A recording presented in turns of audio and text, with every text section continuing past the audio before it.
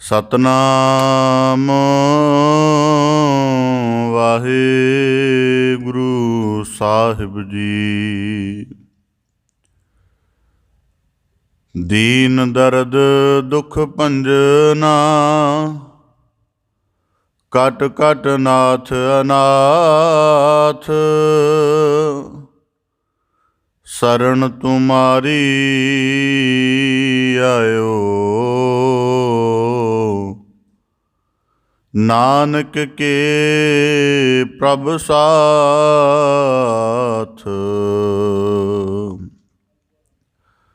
ਬੇੜਾ ਬੰਦ ਨਾ ਸਕਿਓ, ਬੰਧਨ ਕੀ ਵੇਲਾ। ਪਰ ਸਰਵਰ ਜਬ ਉਛਲੈ, ਤਬ ਤਰਣ ਦੁਹੇਲਾ।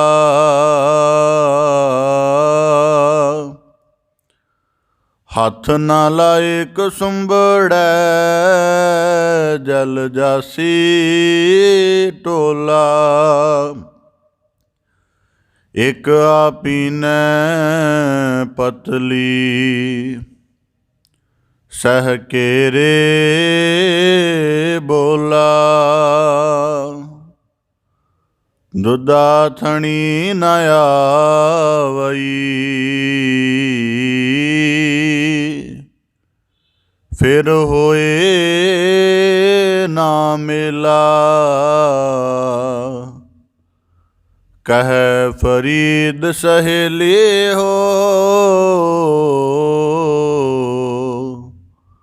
ਸਹੋ ਅਲਾਇਸੀ। ਹੰਸ ਚਲਸੀ ਡੁੰਮਣਾ, ਇਹ ਤਨ ਢੇਰੀ ਥੀਸੀ।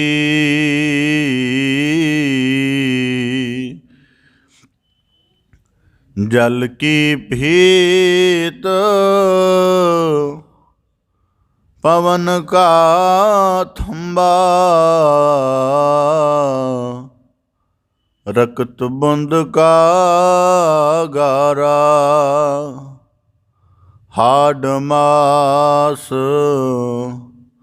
ਨਾੜੀ ਕੋ ਪਿੰਜਰ। ਪੰਖੀ ਬਸੈ ਵਿਚਾਰਾ, ਪ੍ਰਾਨੀ ਕਿਆ ਮੇਰਾ ਕਿਆ ਤੇਰਾ।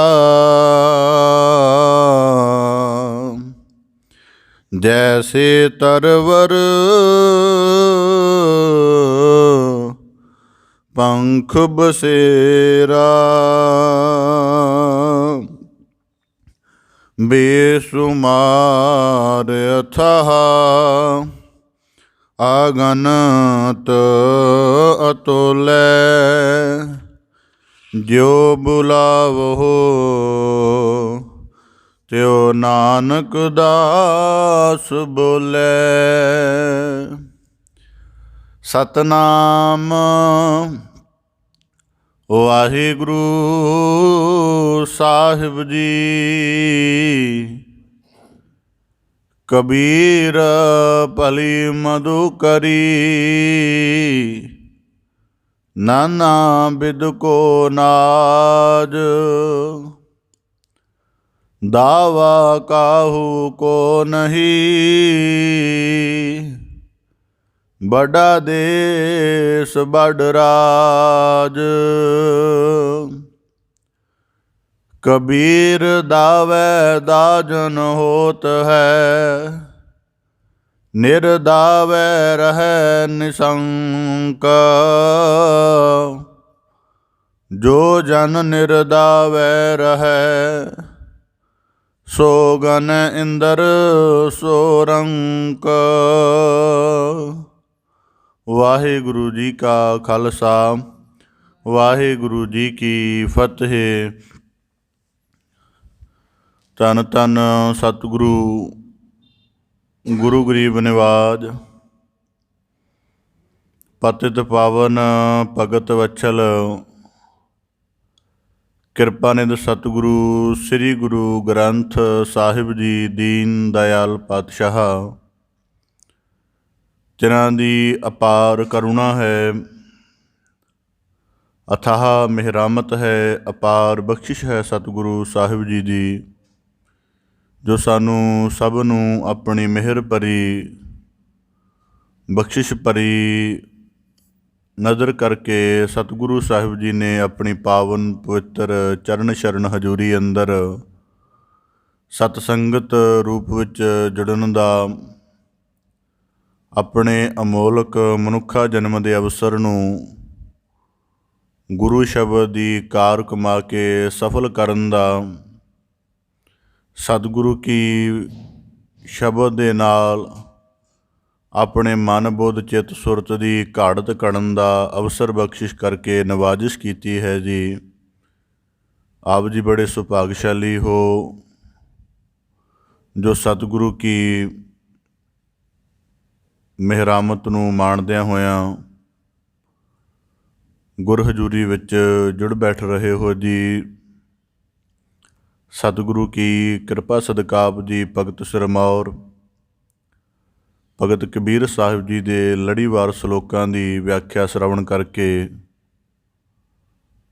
ਗਿਆਨਾਤਮਕ ਲਾਭ ਪ੍ਰਾਪਤ ਕਰਨ ਦਾ ਯਤਨ ਕਰਦੇ ਹੋ ਜੀ। ਪਾਵਨ ਬਾਣੀ ਦੀ ਲੜੀਵਾਰ ਵਿਚਾਰ ਦੇ ਨਾਲ ਜੁੜਨ ਦਾ ਯਤਨ ਕਰੀਏ ਜੀ।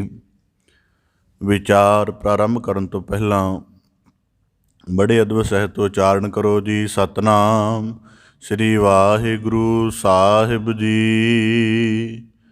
ਕਬੀਰ ਭਲੀ ਮਧੁਕਰੀ ਨਾਨਾ ਬਿਦ ਕੋ ਨਾਜ।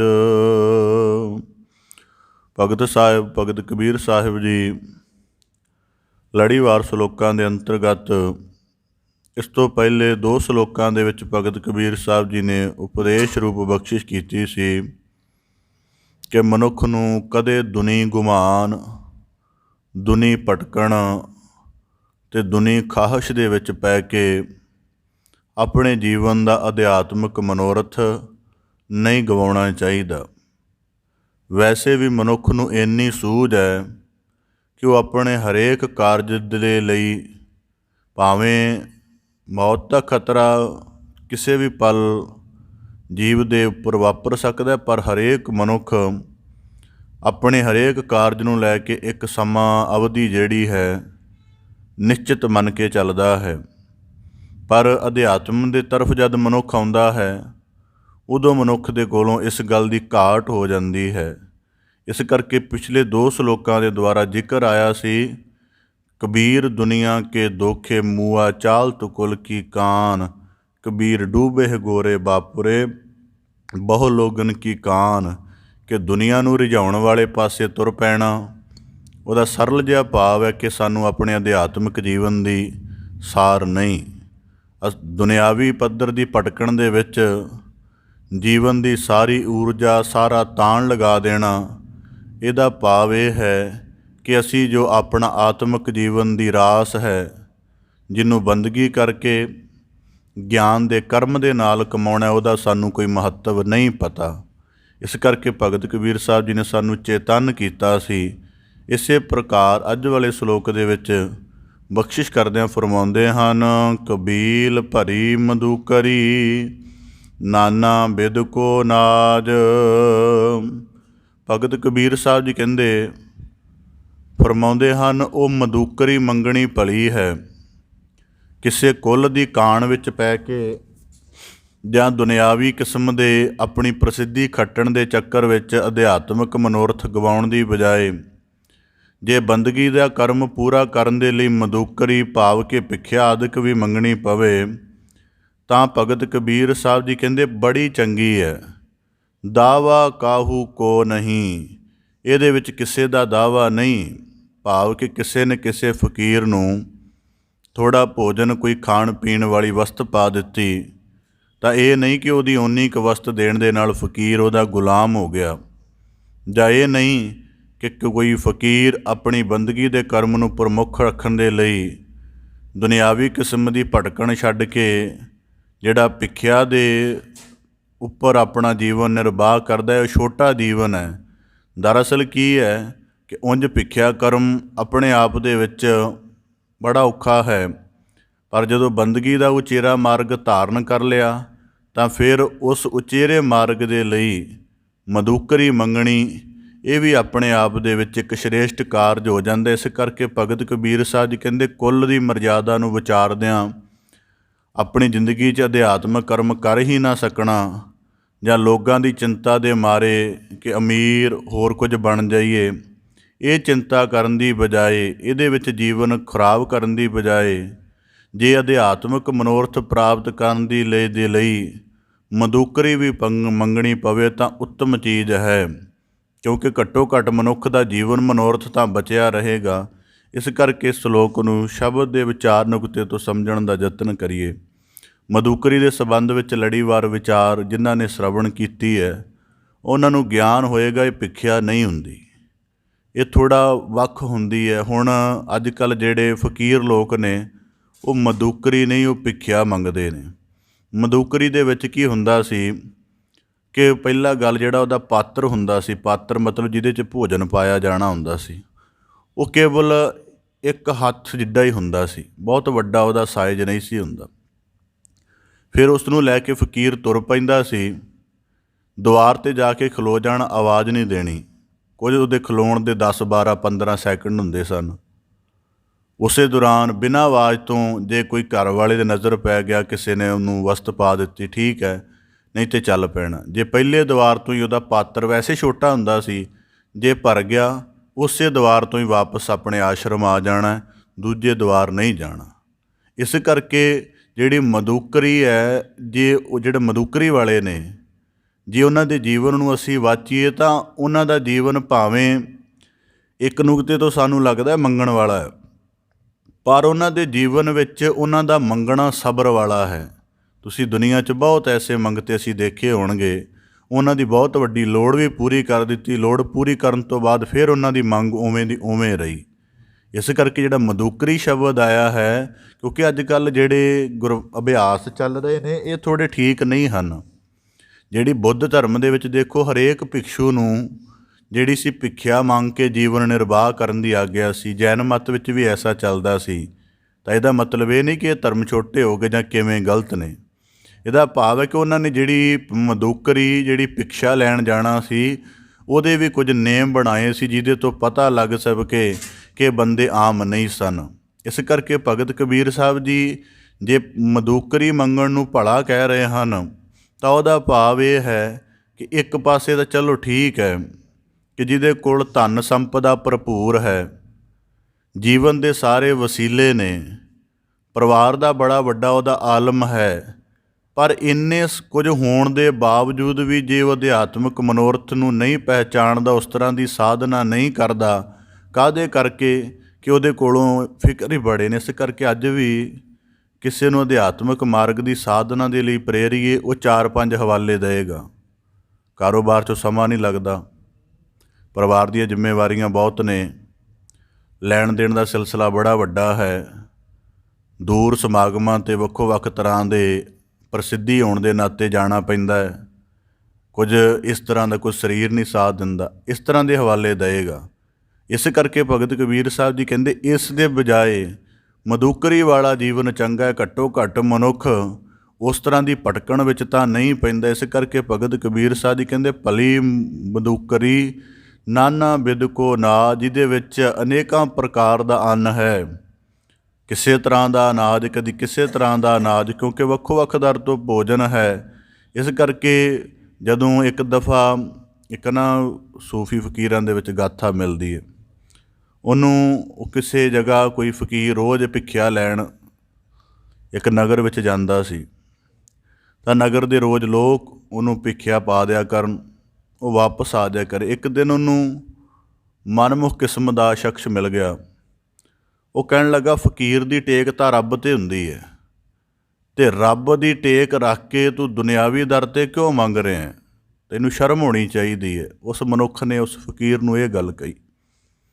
ਉਹਨੇ ਅੱਗੇ ਬੜਾ ਸੁੰਦਰ ਜਵਾਬ ਦਿੱਤਾ, ਕਹਿੰਦਾ ਤੂੰ ਠੀਕ ਹੀ ਕਿਹਾ, ਪਰ ਤੈਨੂੰ ਆਪਣੇ ਵਾਕ ਦੀ ਸਮਝ ਨਹੀਂ ਹੈ। ਇਹ ਠੀਕ ਹੈ ਕਿ ਫਕੀਰ ਦੀ ਟੇਕ ਰੱਬ 'ਤੇ ਹੀ ਹੁੰਦੀ ਹੈ, ਪਰ ਜਿਹੜਾ ਇਹਨਾਂ ਸੰਸਾਰੀਆਂ ਦੇ ਕੋਲ ਧਨ ਇਹਨਾਂ ਕੋਲ ਆ ਕੇ ਵਿਖਿਆ ਬਣ ਜਾਂਦਾ ਹੈ, ਜੇ ਫਕੀਰ ਦੀ ਪਾਤਰਤਾ ਦੇ ਵਿੱਚ ਇਹਨਾਂ ਦੇ ਵਿਖਿਆ ਵਾਲੇ ਧਨ 'ਚੋਂ ਕੁਝ ਹਿੱਸਾ ਫਕੀਰ ਦੇ ਪਾਤਰ ਵਿੱਚ ਪੈ ਗਿਆ ਤੇ ਫਕੀਰ ਉਹਨੂੰ ਰੱਬੀ ਦਰਗਾਹ ਦੇ ਵਿੱਚ ਪ੍ਰਵਾਨ ਕਰਾ ਦੇਗਾ। ਮਤਲਬ ਫਕੀਰ ਬੰਦਗੀ ਦੇ ਰੈਲਮ 'ਚ ਹੈ, ਉਹ ਆਪਣੇ ਉੱਚੇ ਜੀਵਨ ਦੀ ਕਮਾਈ ਕਰ ਰਿਹਾ ਹੈ, ਅਤੇ ਉਹਨੂੰ ਅਗਰ ਤੁਸੀਂ ਅਸੀਂ ਸੰਸਾਰੀ ਭਿੱਖਿਆ ਰੂਪ ਦੇ ਵਿੱਚ ਕੁਝ ਦੇ ਦੇਵਾਂਗੇ ਤਾਂ ਇਹ ਸਾਡਾ ਕਲਿਆਣ ਕਰਵਾ ਦੇਵੇਗਾ। ਉਂਝ ਸਾਡੀ ਕੋਈ ਖਾਸ਼ ਨਹੀਂ। ਕਿੰਨੇ ਕੁ ਅਸੀਂ ਚੱਲ ਕੇ ਦਾਨ ਦੀ ਪ੍ਰਵਿਰਤੀ ਲਈ ਜਾਂਦੇ ਹਾਂ, ਕਿੰਨੇ ਕੁ ਅਸੀਂ ਧਰਮ ਦੀ ਸਾਧਨਾ ਲਈ ਰੋਜ਼ ਆਪਣੇ ਘਰ ਤੋਂ ਕਦਮ ਪੁੱਟਦੇ। ਇਸ ਕਰਕੇ ਕਹਿੰਦਾ ਮੇਰੀ ਟੇਕ, ਜਿਹੜੀ ਤੂੰ ਗੱਲ ਕਹੀ ਹੈ ਕਿ ਮੇਰੀ ਰੱਬ 'ਤੇ ਟੇਕ ਹੈ, ਮੈਂ ਵੀ ਉਸੇ ਟੇਕ ਵਿੱਚ ਹਾਂ, ਅਤੇ ਉਸੇ ਟੇਕ ਦੀ ਤੁਹਾਨੂੰ ਯਾਦ ਕਰਾਉਣ ਦੇ ਲਈ ਭਿੱਖਿਆ ਮੰਗਣਾ ਨਾ। ਮੇਰੀ ਭਿੱਖਿਆ ਮੰਗਣ ਦਾ ਅਰਥ ਜੀਵਨ ਦਾ ਨਿਰਵਾਹ ਕਰਨਾ ਨਹੀਂ, ਤੁਹਾਡੇ ਸੰਸਾਰੀਆਂ ਦੀ ਜਿਹੜੀ ਕਾਰ ਚੱਲ ਰਹੀ ਹੈ ਉਹਨੂੰ ਧਰਮ, ਉਹਨੂੰ ਅਧਿਆਤਮ, ਉਹਨੂੰ ਅੱਲਾਹ ਤਾਲਾ ਦੀ ਤਰਫ ਮੋੜਨਾ ਹੈ। ਇਸ ਕਰਕੇ ਮੈਂ ਆਰੰਭ ਦੇ ਵਿੱਚ ਜ਼ਿਕਰ ਕਰ ਦਿੱਤਾ ਸੀ ਕਿ ਮਦੂਕਰੀ ਮੰਗਣ ਵਾਲੇ ਆਮ ਨਹੀਂ ਹੁੰਦੇ ਸਨ। ਇਸ ਕਰਕੇ ਗੁਰਬਾਣੀ 'ਚ ਇਹ ਵੀ ਜ਼ਿਕਰ ਆਉਂਦਾ ਹੈ, ਝੂਠਾ ਮੰਗਣ ਜੇ ਕੋਈ ਮੰਗੈ ਤਿਸ ਕਉ ਮਰਤੇ ਘੜੀ ਨਾ ਲਾਗੈ। ਇਸ ਕਰਕੇ ਭਗਤ ਕਬੀਰ ਸਾਹਿਬ ਜੀ ਕਹਿੰਦੇ ਕਬੀਰ ਭਲੀ ਮਦੂਕਰੀ, ਉਹ ਭਿੱਖਿਆ ਮੰਗਣੀ ਵੀ ਉੱਤਮ ਹੈ ਜਿਹਦੇ ਵਿੱਚ ਮਨੁੱਖ ਦਾ ਅਧਿਆਤਮਿਕ ਜੀਵਨ ਦਾ ਮਨੋਰਥ ਬਣਿਆ ਰਹੇ, ਕਿਉਂਕਿ ਸਰੀਰ ਦੇ ਨਿਰਵਾਹ ਲਈ ਬਹੁਤਾ ਕੁਝ ਨਹੀਂ ਚਾਹੀਦਾ, ਧੰਨ ਸਤਿਗੁਰੂ ਗੁਰੂ ਨਾਨਕ ਸਾਹਿਬ ਜੀ ਦਾ ਪਾਵਨ ਪਵਿੱਤਰ ਅਸੀਂ ਜੀਵਨ ਪੜ੍ਹਦੇ ਵਾਚਦੇ ਹਾਂ। ਉਹਦੇ ਵਿੱਚ ਗੁਰੂ ਸਾਹਿਬ ਜਦੋਂ ਉਦਾਸੀਆਂ 'ਤੇ ਜਾਣ ਲੱਗੇ ਨਾ, ਤਾਂ ਉਸ ਤੋਂ ਪਹਿਲਾਂ ਗੁਰੂ ਸਾਹਿਬ ਜੀ ਨੇ 2-3 ਸਾਲ ਸਰੀਰ ਦੀ ਬੜੀ ਕਮਾਲ ਦੀ ਸਾਧਨਾ ਕੀਤੀ। ਭਾਈ ਗੁਰਦਾਸ ਸਾਹਿਬ ਜੀ ਲਿਖਦੇ ਹਨ, ਰੇਤ ਅਕ ਆਹਾਰ ਕਰ ਰੋੜਾਂ ਕੀ ਗੁਰ ਕਰੀ ਵਿਛਾਈ। ਗੁਰੂ ਸਾਹਿਬ ਜੀ ਨੇ ਰੋੜਾਂ 'ਤੇ ਪੈ ਕੇ ਪਹਿਲਾਂ ਅਭਿਆਸ ਕੀਤਾ ਕਿ ਹੋ ਸਕਦਾ ਜਿੱਥੇ ਜਾਣਾ ਹੈ ਉੱਥੇ ਕਿਤੇ ਰਾਤ ਬੈਸਣ ਦੇ ਲਈ ਚੰਗੀ ਸੇਧ ਨਾ ਮਿਲੇ, ਰੋੜ ਹੀ ਮਿਲਣ, ਕਿਉਂਕਿ ਸੱਚ ਦਾ ਪੈਗਾਮ ਲੈ ਕੇ ਦੁਨੀਆ 'ਚ ਜਾਣਾ ਹੈ ਅਤੇ ਸੱਚ ਦਾ ਪੈਗਾਮ ਹਰ ਕੋਈ ਪ੍ਰਵਾਨ ਨਹੀਂ ਕਰੇਗਾ, ਬੜੇ ਤਰ੍ਹਾਂ ਦੇ ਕਸ਼ਟ ਝੱਲਣੇ ਪੈਣਗੇ। ਇਸ ਕਰਕੇ ਉਹ ਸਾਰੀ ਤਿਆਰੀ, ਇਸ ਕਰਕੇ ਮਦੂਕਰੀ ਮੰਗਣ ਵਾਲੇ ਮੈਂ ਆਪਣੇ ਨਿੱਜ ਜੀਵਨ 'ਚ ਦੇਖਿਆ। ਸਾਡੇ ਨਿਕਟ ਨਗਰ ਦੇ ਸੀ, ਸਾਲ ਬਾਅਦ ਨਗਰ ਦੇ ਵਿੱਚ ਆਉਂਦੇ ਸਨ, ਪੂਰੇ ਸਾਲ ਬਾਅਦ ਇੱਕ ਦਿਨ ਮੰਗਣ ਆਉਣਾ, ਕੇਵਲ ਸਾਰਾ ਸਾਲ ਬਿਨਾਂ ਭੋਜਨ ਪਾਣੀ ਤੋਂ, ਬਿਨ ਪਾਣੀ 'ਤੇ ਆਧਾਰਿਤ ਆਪਣਾ ਜੀਵਨ ਸੀ ਉਹਨਾਂ ਦਾ। ਆਪਣੀ ਕੁੱਲ ਆਜੂ ਦੇ ਵਿੱਚ 54 ਸਾਲ ਸੀ, 54 ਵਾਰ ਨਗਰ ਦੇ ਵਿੱਚ ਆਏ, ਨੇੜੇ ਨਿਕਟ ਉਹਨਾਂ ਦਾ ਆਸ਼ਰਮ ਸੀ। ਇਸ ਕਰਕੇ ਕਿਉਂਕਿ ਉਹਨਾਂ ਨੇ ਆਪਣੀ ਬੜੀ ਸਾਧਨਾ ਕੀਤੀ ਹੁੰਦੀ ਹੈ, ਅਤੇ ਇਸ ਕਰਕੇ ਜਿਹੜੇ ਵੱਡੇ ਬੰਦਗੀ ਵਾਲੇ ਪੁਰਖ ਕਿਸੇ ਦਿਨ ਭਿੱਖਿਆ ਲੈਣ ਨਿਕਲਦੇ ਹਨ ਅਤੇ ਉਹਦੀ ਭਿੱਖਿਆ ਨਹੀਂ ਜਾਣਨਾ ਚਾਹੀਦੀ, ਉਹ ਨਵਾਜ਼ਿਸ਼ ਜਾਣਨੀ ਚਾਹੀਦੀ ਹੈ ਕਿ ਬੰਦਗੀ ਨਾਲ ਰੱਤੀ ਮੂਰਤ ਸਾਡੇ ਦੁਆਰ 'ਤੇ ਆਏਗੀ। ਇਸ ਕਰਕੇ ਇਸ ਚੀਜ਼ ਦੀ ਪਛਾਣ ਜੇ ਰਹੇਗੀ ਤਾਂ ਧਰਤੀ 'ਤੇ ਦੇਣ ਦਾ ਕਰਮ ਵੀ ਠੀਕ ਰਹੇਗਾ, ਨਹੀਂ ਤਾਂ ਦੇਣ ਦਾ ਕਰਮ ਵੀ ਗਲਤ ਹੋ ਜਾਏਗਾ। ਭਗਤ ਕਬੀਰ ਸਾਹਿਬ ਜੀ ਕਹਿੰਦੇ ਕਬੀਰ ਭਲੀ ਮਦੂਕਰੀ, ਉਹ ਉੱਤਮ ਹੈ। ਹੁਣ ਇਹਦਾ ਭਾਵ ਨਹੀਂ ਕਿ ਇਹਦਾ ਭਾਵ ਇਹ ਨਹੀਂ ਕਿ ਗੁਰਮਤਿ ਵਿੱਚ ਮੰਗ ਖਾਣ ਨੂੰ ਅਸੀਂ ਕੋਈ ਉੱਤਮਤਾ ਦੇ ਰਹੇ ਹਾਂ। ਭਗਤ ਕਬੀਰ ਸਾਹਿਬ ਜੀ ਇਸ ਵਾਕ ਨੂੰ ਪਹਿਲੇ 2 ਸਲੋਕਾਂ ਦੇ ਸਾਹਮਣੇ ਰੱਖ ਕੇ ਕਹਿ ਰਹੇ ਹਨ ਕਿ ਕੁੱਲ ਦੀ ਮਰਜ਼ਾਦਾ ਕਰਕੇ ਅਧਿਆਤਮ ਵੱਲ ਜੁੜਨਾ ਹੀ ਨਾ, ਜਾਂ ਧਨ ਦੀ ਲਾਲਸਾ ਕਰਕੇ ਧਰਮ ਦਾ ਮਨੋਰਥ ਪਾਲਣਾ ਹੀ ਨਾ। ਜੇ ਧਰਮ ਦਾ ਮਨੋਰਥ ਪਾਲਣ ਲਈ ਭਗਤ ਕਬੀਰ ਸਾਹਿਬ ਜੀ ਕਹਿੰਦੇ ਇਹ ਕੰਮ ਕਰਨਾ ਪਵੇ ਤਾਂ ਵੀ ਕਿਸੇ ਤਰ੍ਹਾਂ ਦੀ ਕੋਈ ਮੁਸ਼ਕਿਲ ਨਹੀਂ ਹੋਣੀ ਚਾਹੀਦੀ, ਕਿਉਂਕਿ ਦਾਵਾ ਕਾਹੂ ਕੋ ਨਹੀਂ ਵੱਡਾ ਦੇਸ ਵੱਡ ਰਾਜ। ਕਹਿੰਦੇ ਇੱਕ ਸੰਸਾਰੀ ਕੁਝ ਖੜਾ ਕਰਦਾ ਹੈ, ਉਹਦਾ ਦਾਵਾ ਨਾਲੇ ਪ੍ਰਗਟਾ ਦਿੰਦਾ ਹੈ ਮੇਰਾ ਹੈ। ਅਤੇ ਕਹਿੰਦੇ ਫਕੀਰ ਜਦੋਂ ਭਿੱਖਿਆ ਪਾਤਰ ਲੈ ਕੇ ਚੱਲਦਾ ਹੈ ਅਤੇ ਉਹਦੇ ਪਾਤਰ ਦੇ ਵਿੱਚ ਸੰਸਾਰੀ ਕੁਝ ਪਾਉਂਦੇ ਨੇ, ਪਰ ਉਸ ਪਾਉਣ ਦੇ ਨਾਲ ਉਹ ਸੰਸਾਰੀਆਂ ਨੂੰ ਬੜਾ ਕੁਝ ਦੇ ਜਾਂਦਾ। ਇਸ ਕਰਕੇ ਭਗਤ ਕਬੀਰ ਸਾਹਿਬ ਜੀ ਕਹਿੰਦੇ ਫਕੀਰ ਦੀ ਮਦੂਕਰੀ ਦੇ ਵਿੱਚ ਨਾ ਕੋਈ ਦਾਵਾ ਹੈ, ਨਾ ਕੋਈ ਅਹੰਕਾਰ ਹੈ। ਕਹਿੰਦੇ ਸੰਸਾਰੀ ਜੋ ਖੜਾ ਕਰਦਾ ਹੈ, ਪਿਤਾ ਸਾਰੀ ਜ਼ਿੰਦਗੀ ਯਤਨ ਕਰਕੇ ਆਪਣੀ ਸੰਪਦਾ ਖੜੀ ਕਰਦਾ ਹੈ, ਪੁੱਤਰ ਬਾਲਗ ਹੋਣ ਤੋਂ ਤੁਰੰਤ ਬਾਅਦ ਹੀ ਕਹਿ ਦਿੰਦਾ ਸਾਰਾ ਮੇਰੇ 'ਤੇ ਹੱਕ ਹੈ। ਪਤਨੀ ਆਪਣੀ ਤਰਫੋਂ ਕਹਿ ਦਿੰਦੀ ਹੈ, ਭਰਾ ਆਪਣੀ ਤਰਫੋਂ ਕਹਿ ਦਿੰਦੇ ਨੇ, ਵਸਤ ਇੱਕ ਨੇ ਪੈਦਾ ਕੀਤੀ ਹੈ। ਅਤੇ ਫਿਰ ਉਹ ਵਸਤ ਘਟਦੀ ਹੈ ਕਿਉਂਕਿ ਦਾਅਵੇਦਾਰ ਪੈਦਾ ਹੋ ਰਹੇ ਨੇ। ਅਤੇ ਕਹਿੰਦੇ ਜੇ ਫਕੀਰ ਨੂੰ ਜੇ ਕੋਈ ਮਦੂਕਰੀ ਪਾ ਵੀ ਦੇ ਤਾਂ ਕੌਣ ਦਾਅਵਾ ਕਰੇਗਾ, ਕਿਉਂਕਿ ਬਹੁਤ ਛੋਟਾ ਅੰਸ਼ ਹੈ। ਜੇ ਇੱਕ ਦੁਆਰ ਤੋਂ ਨਹੀਂ ਮਿਲਿਆ ਦੂਜੇ ਦੁਆਰ 'ਤੇ ਜਾ ਸਕਦਾ ਹੈ। ਤੀਜੇ ਦੁਆਰ 'ਤੇ ਜਾ ਸਕਦਾ। ਇੱਕ ਉੱਤਮ ਪ੍ਰੇਰਨਾ ਇਕਵਾਕ ਆਪਦੇ ਸਨਮੁਖ ਰੱਖਦਿਆਂ ਮਧੂਕਰੀ ਦੇ ਸੰਬੰਧ ਵਿੱਚ। ਕੋਈ ਰੱਬੀ ਭਗਤ ਬੜੀ ਵੱਡੀ ਸਾਧਨਾ ਵਾਲਾ ਆਪਣਾ ਜੀਵਨ ਇਤਨਾ ਸਾਧਿਆ ਕਿ ਪਵਨ ਆਧਾਰਿਤ ਉਹਦਾ ਜੀਵਨ ਸੀ, ਪਾਣੀ ਦੀ ਵੀ ਲੋੜ ਨਹੀਂ ਸੀ ਭਾਸਦੀ। ਕਿਸੇ ਦਫਾ ਉਹਦੇ ਮਨ ਦੇ ਵਿੱਚ ਆਈ ਕਿ ਸੰਸਾਰ ਨੂੰ ਦੇਖਣਾ ਚਾਹੀਦਾ ਕਿ ਅਸੀਂ ਤਾਂ ਖਾਹਿਸ਼ਾਂ ਦਾ ਤਿਆਗ ਕਰਕੇ ਇੱਥੋਂ ਤੱਕ ਆ ਗਏ ਹਾਂ ਕਿ ਪਾਣੀ ਦੀ ਲੋੜ ਵੀ ਨਹੀਂ ਸਮਝਦੇ, ਭੋਜਨ ਦੀ ਲੋੜ ਵੀ ਨਹੀਂ ਸਮਝਦੇ, ਪਰ ਜਿਹੜੀ ਦੁਨਿਆਵੀ ਖਾਹਿਸ਼ ਹੈ ਉਹ ਦੇਖਣੀ ਚਾਹੀਦੀ ਹੈ। ਇਸ ਗੱਲ ਨੂੰ ਦੇਖਣ ਦੇ ਲਈ ਉਹ ਭਿੱਖਿਆ ਪਾਤਰ ਪੁੱਠਾ ਕਰਕੇ ਨਗਰ ਵਿੱਚ ਚੱਲ ਪਿਆ। ਪੁੱਠਾ ਕਰਕੇ, ਸਿੱਧਾ ਨਹੀਂ। ਨਗਰ ਦੇ ਵਿੱਚ ਪੁੱਠਾ ਕਰਕੇ ਆਵਾਜ਼ ਦੇਵੇ, ਲੋਕ ਵਸਤ ਲੈ ਕੇ ਆਉਣ। ਜਦੋਂ ਵਸਤ ਪਾਉਣ ਲੱਗਣ, ਉਹ ਭਿੱਖਿਆ ਪਾਤਰ ਪੁੱਠਾ ਹੋਵੇ, ਕਹਿਣ ਸਿੱਧਾ ਕਰ। ਸਾਰਾ ਨਗਰ ਘੁੰਮ ਲਿਆ, ਭਿੱਖਿਆ ਪਾਤਰ ਸਿੱਧਾ ਨਾ ਕੀਤਾ, ਕਿਤੋਂ ਵਸਤ ਨਹੀਂ ਪਈ। ਆਖਿਰ ਇੱਕ ਦੁਆਰ 'ਤੇ ਜਾ ਕੇ ਰੁਕਿਆ। ਉਹ ਭਿੱਖਿਆ ਪਾਤਰ ਨੂੰ ਕਹਿਣ ਲੱਗੇ, ਜੇ ਅਸੀਂ ਵਸਤ ਪਾਉਣੀ ਹੈ ਤੁਸੀਂ ਸਿੱਧਾ ਕਰੋ, ਬਿਨਾਂ ਸਿੱਧੇ ਕਰਨ ਤੋਂ ਜਿਹੜਾ ਮੂੰਹ ਉੱਪਰ ਨੂੰ ਕਰੋਗੇ ਵਸਤ ਨਹੀਂ ਪਏਗੀ। ਤਾਂ ਉਹ ਫਕੀਰ ਨੇ ਉਸ ਨੂੰ ਕਮਾਲ ਦੀ ਗੱਲ ਕਹੀ। ਕਹਿੰਦਾ ਮੈਂ ਦੇਖਣ ਆਇਆ ਸੀ ਦੁਨੀਆ ਵਾਕਿਆ ਹੀ ਅੰਧੀ ਹੈ।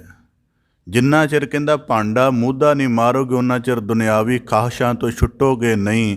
ਅਤੇ ਮੈਂ ਹੈਰਾਨਗੀ ਦੀ ਗੱਲ ਹੈ, ਕਿਸੇ ਨੂੰ ਮੇਰਾ ਭਿੱਖਿਆ ਪਾਤਰ ਦੇਖ ਕੇ ਜਿਹੜਾ ਮੈਂ ਆਪਣੀ ਚੁੱਪ ਵਿੱਚ ਸੰਦੇਸ਼ ਦੇ ਰਿਹਾ, ਕਿਸੇ ਨੂੰ ਬੁੱਝਣ ਵਿੱਚ ਨਹੀਂ ਆਇਆ। ਉਹ ਸਮਝਦੇ ਨੇ ਕਿ ਜਿਵੇਂ ਅਸੀਂ ਮੰਗ ਕੇ ਆਪਣੇ ਆਪ ਨੂੰ ਤ੍ਰਿਪਤ ਕਰਦੇ ਹਾਂ, ਇਵੇਂ ਫਕੀਰ ਦੇ ਵੀ ਸ਼ਾਇਦ ਪਾਤਰ ਨੂੰ ਭਰ ਦਿਆਂਗੇ। ਕਹਿੰਦਾ ਮੈਂ ਤਾਂ ਕੇਵਲ ਦੁਨਿਆਵੀ ਕਿਸਮ ਨੂੰ ਜਾਣਨ ਆਇਆ ਹਾਂ। ਇਸ ਕਰਕੇ ਕਦੇ ਸੂਫੀ ਸਾਧਕਾਂ ਦੇ ਜੀਵਨ ਪੜ੍ਹੀਏ ਤਾਂ ਬੜੀ ਵੱਡੀ ਫਕੀਰੀ ਦੇ ਦਰਸ਼ਨ ਹੁੰਦੇ ਹਨ। ਇਸ ਕਰਕੇ ਭਲੀ ਮਧੂਕਰੀ ਨਾਨਾ ਬਿਦ ਕੋ ਨਾਜ। ਹੁਣ ਤਾਂ ਚਲੋ ਇਹਦਾ ਇੱਕ ਹੋਰ ਵੀ ਪ੍ਰਮਾਣ ਸ਼ਾਇਦ ਆਪ ਜੀ ਨੇ ਦੇਖਿਆ ਹੋਵੇ ਕਦੇ। ਪਹਿਲਾਂ ਆਮ ਲੋਕਾਂ ਦੇ ਘਰਾਂ ਵਿੱਚ ਜਿੰਨਾ ਘਰ ਜਿਵੇਂ ਗੁਰੂ ਘਰ ਦੇ ਸੇਵਾਦਾਰ ਕਿਸੇ ਪ੍ਰਸ਼ਾਦਾ ਛਕਣ ਜਾਂਦੇ ਸਨ ਤਾਂ ਬਹੁਤ ਘੱਟ ਲੋਕ ਜਾਂਦੇ ਸਨ ਪਹਿਲੇ ਸਮਿਆਂ ਦੇ ਵਿੱਚ, ਕਿਉਂਕਿ ਜਿੰਨਾ ਮੈਂ ਦੇਖਿਆ ਆਪਣੇ ਬਚਪਨ ਦੇ ਵਿੱਚ ਪ੍ਰਸ਼ਾਦਾ ਛਕਣਾ ਬੜੀ ਮੁਸ਼ਕਿਲ ਹੁੰਦੀ ਸੀ ਕਿਸੇ ਦੇ ਘਰ ਦੇ ਵਿੱਚ, ਕਿਉਂਕਿ ਉਸ ਤੋਂ ਬਾਅਦ ਗਿਆਨ ਚਰਚਾ ਹੁੰਦੀ ਸੀ। ਅਤੇ ਜੇ ਗਿਆਨ ਚਰਚਾ ਦੇ ਵਿੱਚ ਕਿਸੇ ਨੂੰ ਕੁਝ ਨਾ ਦੱਸਿਆ ਗਿਆ, ਮੁਸ਼ਕਿਲ ਹੁੰਦੀ ਸੀ। ਸਾਡੇ ਨਗਰਾਂ ਦੇ ਵਿੱਚ ਐਸਾ ਵਿਵਹਾਰ ਰਿਹਾ ਹੈ ਕਿ ਉੱਥੇ ਜਿਹਨੂੰ ਸੱਦਿਆ ਜਾਂਦਾ ਸੀ ਪਹਿਲਾਂ ਪ੍ਰਸ਼ਾਦਾ ਛਕਾ ਲੈਣਾ, ਬਾਅਦ 'ਚ ਉਹਨੂੰ ਉੱਚੇ ਥਾਂ 'ਤੇ ਬਿਠਾ ਕੇ ਗਿਆਨ ਚਰਚਾ ਹੁੰਦੀ ਸੀ। ਜੋ ਜਗਿਆਸੂਆਂ ਦੇ ਭਾਵ ਸਨ ਉਹਨਾਂ ਦੇ ਬਾਰੇ ਉਹ ਇਨਸਾਨ ਸਾਰੇ ਤਰ੍ਹਾਂ ਦੇ ਤਸੱਲੀ ਬਖਸ਼ ਜਵਾਬ ਦਿੰਦਾ ਸੀ। ਫਿਰ ਜਾ ਕੇ ਉਹਦੇ ਸਤਿਕਾਰ ਅਦਬ ਵਿੱਚ ਕੁਝ ਭੇਟ ਕੀਤਾ ਜਾਂਦਾ ਸੀ। ਇਹ ਮਰਜ਼ਾਦਾ ਰਹੀ ਹੈ ਕਿਸੇ ਸਮੇਂ ਪੰਜਾਬ ਦੀ ਧਰਤੀ ਦੀ। ਹੁਣ ਇੱਕ ਖਾਣ ਪੀਣ ਦਾ ਸਿਲਸਿਲਾ ਬਣ ਗਿਆ। ਤਾਂ ਭਗਤ ਕਬੀਰ ਸਾਹਿਬ ਜੀ ਕਹਿੰਦੇ ਭਲੀ ਮਧੂਕਰੀ, ਇਸ ਕਰਕੇ ਲੋਕ ਉਡੀਕਦੇ ਹੁੰਦੇ ਸਨ, ਕਿਉਂਕਿ ਧਰਮ ਪ੍ਰਚਾਰ ਦਾ ਉਹ ਇੰਨਾ ਸਿਲਸਿਲਾ ਨਹੀਂ ਸੀ ਕਿ ਕੋਈ ਗਿਆਨ ਵਾਲੇ ਪੁਰਸ਼ ਜਿਹੜੇ ਹਨ ਉਹ ਆ ਜਾਣ। ਪਿਛਲੇ ਸਮੇਂ ਵਿੱਚ ਬੜਾ ਵੱਡਾ ਇੱਕ ਧਰਮ ਸਾਧਕ ਹੋਇਆ ਹੈ, ਓਸ਼ੋ ਰਜਨੀਸ਼। ਉਹਨੂੰ ਸਾਰਾ ਗਿਆਨ ਇਸੇ ਗੱਲ ਤੋਂ ਹੋਇਆ ਸੀ। ਉਹਦੇ ਆਪਣੇ ਨਾਨਕੇ ਘਰ ਰਹਿੰਦਾ ਸੀ। ਨਾਨਕੇ ਘਰ ਦੇ ਵਿੱਚ ਉਹਦੇ ਨਾਨੀ ਨੇ ਬਜ਼ੁਰਗ ਸਨ, ਕਿਸੇ ਸੰਨਿਆਸੀ ਨੂੰ ਸੱਦਿਆ, ਉਹਨੂੰ ਭੋਜਨ ਛਕਾਇਆ। ਭੋਜਨ ਛਕਾਉਣ ਤੋਂ ਬਾਅਦ ਉਸ ਵਿਚਾਰੇ ਸਰਲ ਸੁਭਾਅ ਦੇ ਸਨ ਉਹਦੇ ਨਾਨਾ ਨਾਨੀ। ਉਹਨਾਂ ਨੇ ਕਿਹਾ ਜੀ ਸਾਨੂੰ ਮੁਕਤੀ ਦਾ ਸਰੂਪ ਦਿਓ, ਅਤੇ ਸੰਨਿਆਸੀ ਅੱਗੋਂ ਉਹਨਾਂ ਨੂੰ ਹੋਰ ਕੁਝ ਬੋਲਿਆ। ਜਦੋਂ ਓਸ਼ੋ ਰਜਨੀਸ਼ ਛੋਟਾ ਸੀ, ਉਹਨੇ ਪ੍ਰਸ਼ਨ ਕੀਤੇ, ਉਸ ਸੰਨਿਆਸੀ ਨੂੰ ਜਵਾਬ ਨਾ ਆਏ ਤਾਂ ਉਹ ਗੁੱਸੇ ਦਾ ਮਾਰਾ ਚਲਾ ਗਿਆ ਬਿਨਾਂ ਭੇਟ ਵਗੈਰਾ ਲਿਆ। ਉਸ ਦਿਨ ਤੋਂ ਓਸ਼ੋ ਰਜਨੀਸ਼ ਨੂੰ ਆਪਣੇ ਸਵਾਲਾਂ ਦੀ ਤਲਾਸ਼ ਲਈ ਨਿਕਲਣਾ ਪਿਆ। ਫਿਰ ਉਹਨੇ ਬੜੇ ਅਨੁਭਵ ਪ੍ਰਾਪਤ ਕਰਕੇ ਬੜਾ ਮਸ਼ਹੂਰ ਰਿਹਾ ਭਾਰਤ ਦੀ ਧਰਤੀ 'ਤੇ। ਅੱਜ ਵੀ ਲੋਕ ਬਹੁਤ ਉਹਦੇ ਮਾਰਗ ਨੂੰ ਪਸੰਦ ਕਰਦੇ ਨੇ। ਇਸ ਕਰਕੇ ਕਬੀਲ ਭਲੀ ਮਧੂਕਰੀ ਨਾਨਾ ਬਿਦ ਕੋ ਨਾਜ। ਇਸ ਕਰਕੇ ਭਗਤ ਕਬੀਰ ਸਾਹਿਬ ਜੀ ਕਹਿੰਦੇ ਉਹ ਮਧੂਕਰੀ ਮੰਗਣੀ ਵੀ ਉੱਤਮ ਹੈ ਜਿਹੜੀ ਅਧਿਆਤਮਕ ਕਰਮ ਦੇ ਲਈ ਪ੍ਰੇਰਨਾ ਕਰੇ, ਕਿਉਂਕਿ ਸਰੀਰ ਦੀ ਲੋੜ ਛੋਟੀ ਹੈ। ਹੁਣ ਉਸ ਲੋੜ ਦੇ ਲਈ ਸਾਰਾ ਦਿਨ ਨਹੀਂ ਲਗਾਇਆ ਜਾ ਸਕਦਾ। ਇਸ ਕਰਕੇ ਕਿ ਸਾਰਾ ਦਿਨ ਅਗਰ ਸਰੀਰ ਦੀਆਂ ਲੋੜਾਂ ਦੀ ਤ੍ਰਿਪਤੀ ਦੇ ਲਈ ਲਗਾਉਂਦੇ ਰਹੇ ਤਾਂ ਇਸ ਕਰਕੇ ਉਹ ਨਹੀਂ ਉਚਿਤ ਹੋਏਗਾ। ਇਸ ਕਰਕੇ ਜਾਂ ਤਾਂ ਉਹਨੂੰ ਨਿਮਨ ਕਰ ਲਿਆ ਜਾਵੇ, ਜਾਂ ਉਹਦਾ ਜਿਹੜਾ ਕੋਈ ਦੂਜਾ ਵਿਕਲਪ ਹੈ ਉਹਨੂੰ ਚੁਣ ਕੇ ਅਤੇ ਆਪਣੇ ਅਧਿਆਤਮਕ ਕਰਮ ਦੀ ਪ੍ਰਮੁੱਖਤਾ ਨੂੰ ਬਣਾਇਆ ਰੱਖਿਆ ਜਾ ਸਕੇ। ਇਸ ਕਰਕੇ ਭਗਤ ਕਬੀਰ ਸਾਹਿਬ ਜੀ ਕਹਿੰਦੇ ਦਾਵਾ ਕਾਹੂ ਕੋ ਨਹੀਂ ਵੱਡਾ ਦੇਸ ਵੱਡ ਰਾਜ, ਕਿਉਂਕਿ ਬੜਾ ਵੱਡਾ ਰਾਜ ਹੈ, ਕਿਤੋਂ ਵੀ ਮੰਗਿਆ ਜਾ ਸਕਦਾ ਅਤੇ ਕੋਈ ਅਟਕਾਵੇਗਾ ਨਹੀਂ। ਇਸ ਕਰਕੇ ਇਹਦਾ ਦੂਜਾ ਭਾਵ ਆਪਦੇ ਸਨਮੁਖ ਰੱਖਦੇ ਹਾਂ। ਕਬੀਰ ਭਲੀ ਮਧੂਕਰੀ ਕਹਿੰਦੇ ਭਗਤੀ ਰੂਪ ਮਧੂਕਰੀ ਸਭ ਤੋਂ ਉੱਤਮ ਹੈ। ਜਿਹਦੇ ਵਿੱਚ ਜਿਵੇਂ ਮਦੂਕਰੀ ਦੇ ਵਿੱਚ ਬੜੇ ਤਰ੍ਹਾਂ ਦਾ ਭੋਜਨ ਹੁੰਦਾ ਹੈ, ਇਵੇਂ ਭਗਤੀ ਰੂਪ ਜਿਹੜਾ ਕਰਮ ਹੈ ਇਹ ਮਦੂਕਰੀ ਬੜੀ ਚੰਗੀ ਹੈ। ਇਹਦੇ ਵਿੱਚ ਨਿਮਰਤਾ ਰੂਪ, ਦਇਆ ਰੂਪ, ਖਿਮਾ ਰੂਪ ਭਗਤੀ ਦੇ ਅਨੇਕਾਂ ਰੰਗ ਦਾ ਅਨਾਜ ਮੌਜੂਦ ਹੈ। ਦਾਵਾ ਕਾਹੂ ਕੋ ਨਹੀਂ।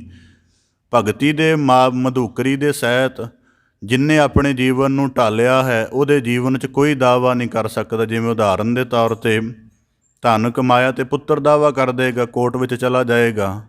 ਕਿਸੇ ਨੇ ਬੰਦਗੀ ਸਾਧਨਾ ਕੀਤੀ ਹੈ, ਪੁੱਤਰ ਚਾਹ ਕੇ ਵੀ ਦਾਵਾ ਨਹੀਂ ਕਰ ਸਕਦਾ ਕਿ ਮੇਰੇ ਪਿਤਾ ਨੇ 50 ਸਾਲ ਸੰਗਤ ਕੀਤੀ ਹੈ ਅਤੇ ਕੋਰਟ ਮੈਨੂੰ ਸਾਰਾ ਇਹਦਾ ਫਲ ਦਿਵਾਵੇ। ਇਸ ਕਰਕੇ ਭਗਤ ਕਬੀਰ ਸਾਹਿਬ ਜੀ ਕਹਿੰਦੇ ਇਹ ਉੱਤਮ ਹੈ। ਹੁਣ ਇਹਦੇ ਵਿੱਚ ਜਿਹੜਾ ਅਕਸਲ ਨੁਕਸ ਹੈ ਕਿ ਅਸੀਂ ਉਹ ਕੁਝ ਕਮਾਉਂਦੇ ਹਾਂ ਜਿਹਦਾ ਦੂਜਾ ਦਾਅਵੇਦਾਰ ਪੈਦਾ ਹੋਣਾ ਹੈ। ਸਾਨੂੰ ਉਹ ਸੰਚਣਾ ਚਾਹੀਦਾ ਜਿਹਦਾ ਦੂਜੇ ਦੀ ਪਕੜ 'ਚ ਆਵੇ ਹੀ ਨਾ। ਅਸੀਂ ਕੀ ਸੰਚਦੇ ਹਾਂ? ਅਸੀਂ ਸੰਚਦੇ ਹਾਂ ਉਹ ਜਿਹੜਾ ਦੂਜੇ ਦੀ ਪਕੜ ਵਿੱਚ ਆਉਂਦਾ ਹੈ ਅਤੇ ਆਪਣੀ ਪਕੜ ਤੋਂ ਵੀ ਬਾਹਰ ਜਾਂਦਾ ਹੈ। ਹੁਣ ਉਦਾਹਰਨ ਦੇ ਤੌਰ 'ਤੇ ਇੱਥੇ ਕਥਾ ਸੁਣ ਕੇ ਜਿਸ ਨੇ ਗਿਆਨਾਤਮਕ ਲਾਭ ਪ੍ਰਾਪਤ ਕਰ ਲਿਆ, ਹਾਂ ਉਹ ਆਪਣੀ ਸਵੈ ਇੱਛਾ ਦੇ ਨਾਲ ਦੂਜੇ ਨੂੰ ਉਹਦਾ ਭਾਵ ਅਰਪਣ ਕਰ ਦੇਵੇ, ਫਾਰਵਰਡ ਕਰ ਦੇਵੇ, ਉਹ ਚੰਗੀ ਗੱਲ ਹੈ। ਪਰ ਕੋਈ ਦੂਜਾ ਇਹ ਥੋੜ੍ਹਾ ਕਹਿ ਸਕਦਾ ਕਿ ਜਿਹੜੀ ਗਿਆਨ ਦੀ ਅਵਸਥਾ ਇਹਦੀ ਬਣੀ ਹੈ ਇਹਦੇ ਉੱਪਰ ਪੁੱਤਰ ਹੋਣ ਦੇ ਨਾਤੇ ਜਾਂ ਸੰਬੰਧੀ ਹੋਣ ਨਾਤੇ ਮੇਰਾ ਦਾਵਾ ਹੈ। ਇਸ ਕਰਕੇ ਭਗਤ ਕਬੀਰ ਸਾਹਿਬ ਜੀ ਕਹਿੰਦੇ ਦਾਵਾ ਕਾਹੂ ਕੋ ਨਹੀਂ। ਦੁਨਿਆਵੀ ਕਿਸਮ ਦੀਆਂ ਵਸਤਾਂ 'ਤੇ ਲੋਕ ਦਾਵਾ ਜਤਾਉਂਦੇ ਹਨ, ਪਰ ਜਿਹੜਾ ਭਗਤੀ ਦਾ ਕਰਮ ਹੈ ਫਕੀਰ ਤੇ ਕਹਿੰਦੇ ਫਕੀਰ ਦੀ ਅਵਸਥਾ 'ਤੇ ਕੋਈ ਦਾਵਾ ਨਹੀਂ ਜਤਾ ਸਕਦਾ। ਇਸ ਕਰਕੇ ਭਗਤ ਕਬੀਰ ਸਾਹਿਬ ਜੀ ਕਹਿੰਦੇ ਵੱਡਾ ਦੇਸ ਵੱਡ ਰਾਜ। ਇਸ ਕਰਕੇ ਉਹ ਕਿਸੇ ਛੋਟੀ ਗੁਲਾਮੀ ਵਿੱਚ ਨਹੀਂ ਰਹਿੰਦਾ, ਉਹਦੀ ਸਾਰੀ ਧਰਤੀ। ਇਸ ਕਰਕੇ ਭਗਤ ਕਬੀਰ ਸਾਹਿਬ ਜੀ ਦੇ ਪਿਛਲੇ ਸਲੋਕਾਂ 'ਚ ਵਿਚਾਰ ਆਈ ਸੀ, ਊਚ ਭਵਨ ਕਨ ਕਾਮਨੀ ਸਿਖਰ ਤਜਾ ਫਹਿਰਾਏ, ਆ ਸੁੱਖ ਤੇ ਭਿਖਿਆ ਭਲੀ ਜੋ ਹਰ ਸਿਮਰਤ ਦਿਨ ਜਾਏ। ਕਿ ਉੱਚੇ ਮਹਿਲਾਂ ਮੰਦਰਾਂ ਦੇ ਮਾਣ ਨਾਲੋਂ ਉਹਦੇ ਵਿੱਚ ਰਹਿੰਦਿਆਂ ਜੇ ਭਗਤੀ ਦਾ ਕਰਮ ਹੀ ਨਹੀਂ ਹੋ ਸਕਣਾ ਤਾਂ ਭਿਖਿਆ ਦਾ ਕਰਮ ਚੰਗਾ ਹੈ ਘੱਟੋ ਘੱਟ, ਜਿਹਦੇ ਵਿੱਚ ਬੰਦਗੀ ਦਾ ਕਰਮ ਤਾਂ ਪਾਲਿਆ ਜਾ ਸਕਦਾ ਹੈ। ਇਸ ਕਰਕੇ ਜੇ ਬਾਬਾ ਫਰੀਦ ਸਾਹਿਬ ਜੀ ਦਾ ਭਾਗ ਪੱਤਨ ਦਾ ਜੀਵਨ ਤੁਸੀਂ ਪੜ੍ਹੋ ਨਾ ਸਾਰਾ, ਉਹਦੇ ਵਿੱਚ ਬੜੇ ਕਮਾਲ ਦੇ ਜ਼ਿਕਰ ਆਉਂਦੇ ਨੇ। ਬਾਬਾ ਫਰੀਦ ਸਾਹਿਬ ਜੀ ਦੇ ਜੀਵਨ ਦੀ ਇੱਕ ਪੁਸਤਕ ਮਿਲਦੀ ਹੈ, ਉਹਦੇ ਵਿੱਚ ਉਹਨਾਂ ਦਾ ਇੱਕ ਸ਼ਿਸ਼ ਹੋਇਆ ਜਿਹਨੇ ਰੋਜ਼ ਦੀ ਗੱਲਬਾਤ ਨੋਟ ਕੀਤੀ ਹੋਈ ਹੈ। ਉਹ ਪੁਸਤਕ ਕਾਫੀ ਮੋਟੇ ਰੂਪ 'ਚ ਹੈ। ਰੋਜ਼ ਬਾਬਾ ਫਰੀਦ ਸਾਹਿਬ ਜੀ ਕੀ ਗੱਲ ਕਰਦੇ ਹੁੰਦੇ ਸਨ, ਇਹ ਪੁਸਤਕ ਹੈ। ਉਹਦੇ ਵਿੱਚ ਇੱਕ ਬੜੀ ਕਮਾਲ ਦੀ ਗੱਲ ਆਉਂਦੀ ਹੈ। ਕੋਈ ਜਗਿਆਸੂ ਬਾਬਾ ਫਰੀਦ ਸਾਹਿਬ ਜੀ ਕੋਲ ਆਇਆ, ਆ ਕੇ ਕਹਿਣ ਲੱਗਾ ਕਿ ਬਾਬਾ ਫਰੀਦ ਸਾਹਿਬ ਜੀ ਨੂੰ ਕਿ ਫਕੀਰ ਕੀ ਹੁੰਦਾ ਹੈ। ਬਾਬਾ ਫਰੀਦ ਸਾਹਿਬ ਜੀ ਕਹਿਣ ਲੱਗੇ ਕਿ ਬੜੀ ਉੱਚੀ ਬਾਤ ਹੈ। ਕਹਿੰਦਾ ਕਿਸੇ ਇੱਕ ਨੁਕਤੇ ਤੋਂ ਹੀ ਸਮਝਾ ਦਿਓ। ਬਾਬਾ ਫਰੀਦ ਸਾਹਿਬ ਜੀ ਨੇ ਨਾ ਨੇੜੇ ਬੈਠੇ ਹੋਏ ਸਨ ਤਾਂ ਕਾਫੀ ਕਿਣਕੇ ਪਕੜ ਕੇ ਆਪਣੇ ਹੱਥ ਦੇ ਉੱਪਰ ਟਿਕਾ ਲਏ, ਫੂਕ ਮਾਰ ਕੇ ਉਡਾ ਦਿੱਤੇ, ਇੱਕ ਦੋ ਬਚ ਗਏ। ਕਹਿੰਦੇ ਜਿਹਨੂੰ ਇੰਨੀ ਵੀ ਦੁਨੀਆ ਦੀ ਖਾਹਿਸ਼ ਨਹੀਂ ਹੈ ਉਹ ਫਕੀਰ ਹੈ। ਇੰਨੀ ਵੀ ਖਾਹਿਸ਼ ਨਹੀਂ ਹੈ, ਇੱਕ ਕਿਣਕਾ ਵੀ ਦੁਨੀਆ ਦੀ ਖਾਹਿਸ਼ ਨਹੀਂ ਹੋਣੀ, ਪੂਰੀ ਦੀ ਪੂਰੀ ਅੱਲਾ ਹੋਣ ਦੀ ਹੀ ਖਾਹਿਸ਼ ਹੋਣੀ, ਇਹ ਫਕੀਰ ਹੁੰਦਾ ਹੈ। ਇਸ ਕਰਕੇ ਜਦੋਂ ਫਕੀਰ ਮੰਗ ਰਿਹਾ ਤਾਂ ਇਹ ਸਾਡਾ ਦ੍ਰਿਸ਼ਟੀਕੋਣ ਹੈ ਕਿ ਉਹ ਮੰਗ ਰਿਹਾ ਹੈ, ਪਰ ਜੇ ਦੇਖੋ ਕਿ ਉਹਦਾ ਕਰਮ ਸਾਡਾ ਸੰਪੂਰਨਤਾ ਦੇ ਬਾਵਜੂਦ ਵੀ ਸਾਡਾ ਅਧਿਆਤਮਕ ਕਰਮ ਛੋਟਾ ਹੈ ਅਤੇ ਉਹਦੀ ਜਿਹੜੀ ਇਹ ਅਪੂਰਨਤਾ ਹੈ ਮੰਗਣ ਵਾਲੀ, ਇਹਦੇ ਬਾਵਜੂਦ ਵੀ ਸਾਡਾ ਜੀਵਨ ਉੱਚਾ ਹੈ। ਇਸ ਕਰਕੇ ਜੇ ਸ਼ਾਇਦ ਆਪ ਜੀ ਨੂੰ ਪਤਾ ਹੋਵੇ ਪਹਿਲੇ ਸਮਿਆਂ ਦੇ ਵਿੱਚ ਜਿਹੜੇ ਲੋਕਾਂ ਨੂੰ ਠੀਕ ਧਰਮ ਦਾ ਅਭਿਆਸ ਸੀ, ਉਹਨਾਂ ਦੇ ਦੁਆਰ 'ਤੇ ਕੋਈ ਸੰਤ ਭਗਤ ਮੰਗਣ ਆ ਜਾਂਦਾ ਸੀ, ਉਹ ਚੌਂਕੀ 'ਤੇ ਰੱਖ ਕੇ ਉਹਨੂੰ ਖਿਲਾਰਦੇ ਸਨ ਪਹਿਲਾਂ ਵੀ ਤੂੰ ਉੱਚਾ ਹੋ, ਅਸੀਂ ਨੀਵੇਂ ਰਹਾਂਗੇ। ਅੱਜ ਅਸੀਂ ਉੱਚੇ ਸਮਝਦੇ ਹਾਂ, ਉਹਨੂੰ ਨੀਵਾਂ ਸਮਝਦੇ ਹਾਂ, ਕਿਉਂਕਿ ਇਹ ਗੱਲਾਂ ਦੇ ਵਰਤਾਰੇ ਹੌਲੀ ਹੌਲੀ ਆਲੇ ਦੁਆਲੇ 'ਚੋਂ ਗਾਇਬ ਹੋ ਚੁੱਕੇ ਨੇ ਅਤੇ ਸਾਨੂੰ ਲੱਗਦਾ ਇਹ ਕੋਈ ਪਖੰਡ ਕਰਮ ਬਣ ਚੁੱਕਿਆ ਹੈ। ਮੈਂ ਖੁਦ ਦੇਖਿਆ ਹੋਇਆ ਬਕਾਇਦਾ ਕਿ ਜਦੋਂ ਕੋਈ ਸੰਤ ਭਗਤ ਆ ਜਾਂਦਾ ਸੀ, ਲੋਕ ਭੱਜ ਕੇ ਚੌਂਕੀ ਲਿਆਉਂਦੇ ਸਨ ਅਤੇ ਉਹਨੂੰ ਦੋ ਕਦਮ 10-12 ਇੰਚ ਉੱਚਾ ਕਰਦੇ ਸਨ ਕਿ ਇਹ ਅਸੀਂ ਉੱਚੇ ਰੂਪ 'ਚ ਦੇਣਾ। ਉਹਦਾ ਭਾਵ ਇਹ ਹੁੰਦਾ ਸੀ ਕਿ ਅਸੀਂ ਕੋਈ ਆਸਾਨ ਨਹੀਂ ਕਰ ਰਹੇ, ਕਿ ਸ਼ੁਕਰ ਹੈ ਸਾਡੇ ਦੁਆਰ 'ਤੇ ਕੋਈ ਆਇਆ। ਤਾਂ ਭਗਤ ਕਬੀਰ ਸਾਹਿਬ ਜੀ ਕਹਿੰਦੇ ਦਾਵਾ ਕਾਹੂ ਕੋ ਨਹੀਂ। ਜਿਹੜਾ ਭਗਤੀ ਦਾ ਕਰਮ ਹੈ ਇਹਦੇ ਵਿੱਚ ਅਨੰਤ ਗੁਣਾਂ ਦੀ ਮਹਿਕ ਹੈ ਅਤੇ ਇਸ ਗੁਣ ਦੇ ਨਾਲ ਦੂਜੇ ਤ੍ਰਿਪਤ ਹੁੰਦੇ ਹਨ। ਵੱਡਾ ਦੇਸ ਵੱਡ ਰਾਜ। ਇਸ ਕਰਕੇ ਉਹਨਾਂ ਦਾ ਵੱਡਾ ਰਾਜ ਹੈ। ਜਿੱਥੇ ਕਿਤੇ ਬੈਠ ਜਾਣ ਉੱਥੇ ਭਗਤੀ ਕਰਮ ਦਾ ਅਭਿਆਸ ਬਣ ਜਾਂਦਾ ਹੈ। ਇਸ ਕਰਕੇ ਭਗਤ ਕਬੀਰ ਸਾਹਿਬ ਜੀ ਬਖਸ਼ਿਸ਼ ਕਰਦੇ ਹਨ, ਕਬੀਰ ਦਾਵੈ ਦਾਜਨ ਹੋਤ ਹੈ, ਨਿਰਦਾਵੈ ਰਹਿ ਨਿਸੰਕ, ਅਗਲੇ ਸ਼ਲੋਕ ਵਿੱਚ ਇਸੇ ਵਿਸ਼ੇ ਨਾਲ ਸੰਬੰਧਿਤ ਭਗਤ ਕਬੀਰ ਸਾਹਿਬ ਜੀ ਕਹਿੰਦੇ, ਕਬੀਰ ਦਾਵੈ ਦਾਜਨ ਹੋਤ ਹੈ, ਕਿ ਜਦੋਂ ਮਨੁੱਖ ਦਾਵਾ ਪੈਦਾ ਕਰਦਾ ਉਦੋਂ ਸਮੱਸਿਆ ਪੈਦਾ ਹੁੰਦੀ ਹੈ। ਪਰ ਜਿਹੜੇ ਨਿਰਦਾਵੇ ਰਹਿੰਦੇ ਹਨ ਉਹਨਾਂ ਨੂੰ ਕਿਸੇ ਤਰ੍ਹਾਂ ਦੀ ਕੋਈ ਖਿਝ, ਕੋਈ ਮੁਸ਼ਕਿਲ ਨਹੀਂ ਹੁੰਦੀ। ਜੋ ਜਨ ਨਿਰਦਾਵੇ ਰਹੈ ਸੋ ਗਨੈ ਇੰਦਰ ਸੋ ਰੰਕ। ਨਿਰਦਾਵੇ ਤੋਂ ਬਿਨਾਂ ਰਹਿਣ ਵਾਲੇ ਇੰਦਰ ਨੂੰ ਵੀ ਗਰੀਬਾਂ ਵਾਂਗ ਗਿਣਦੇ ਹਨ। ਹੁਣ ਇਸ ਵਾਕ ਦਾ ਭਾਵ ਆਪ ਤੇ ਸਨਮੁਖ ਰੱਖਦਿਆਂ, ਕਬੀਰ ਦਾਵੈ ਦਾਜਨ ਹੋਤ ਹੈ। ਜੀਵਨ ਦਾ ਆਰੰਭ ਹੋਇਆ। ਹੈਰਾਨਗੀ ਦੀ ਗੱਲ ਦੇਖੋ, ਮੈਂ ਕਿਸੇ ਦਫਾ ਕਿਸੇ ਦੀ ਇੱਕ ਪੁਸਤਕ ਪੜ੍ਹੀ ਸੀ ਹਉਮੈ ਦੇ ਬਾਰੇ, ਬਹੁਤ ਉਹ ਕਮਾਲ ਦੀ ਪੁਸਤਕ ਸੀ, ਬਹੁਤ ਮਹਿੰਗੀ ਵੀ ਸੀ। ਉਹ ਸਾਰੀ ਕਿਤਾਬ ਦਾ ਤੱਤ ਸਾਰ ਮੈਂ ਤੁਹਾਡੇ ਸਾਹਮਣੇ ਰੱਖਦਿਆਂ ਤਾਂ ਇਵੇਂ ਹੈ, ਉਹ ਕਹਿੰਦਾ ਕਿ ਜਿਹੜੇ ਬੰਦੇ ਨੂੰ ਆਪਣਾ ਬਚਪਨ ਵਾਚਣਾ ਹੁੰਦਾ ਉਹਨੂੰ ਹਉਮੈ ਦਾ ਰੋਗ ਨੇੜੇ ਨਹੀਂ ਆ ਸਕਦਾ।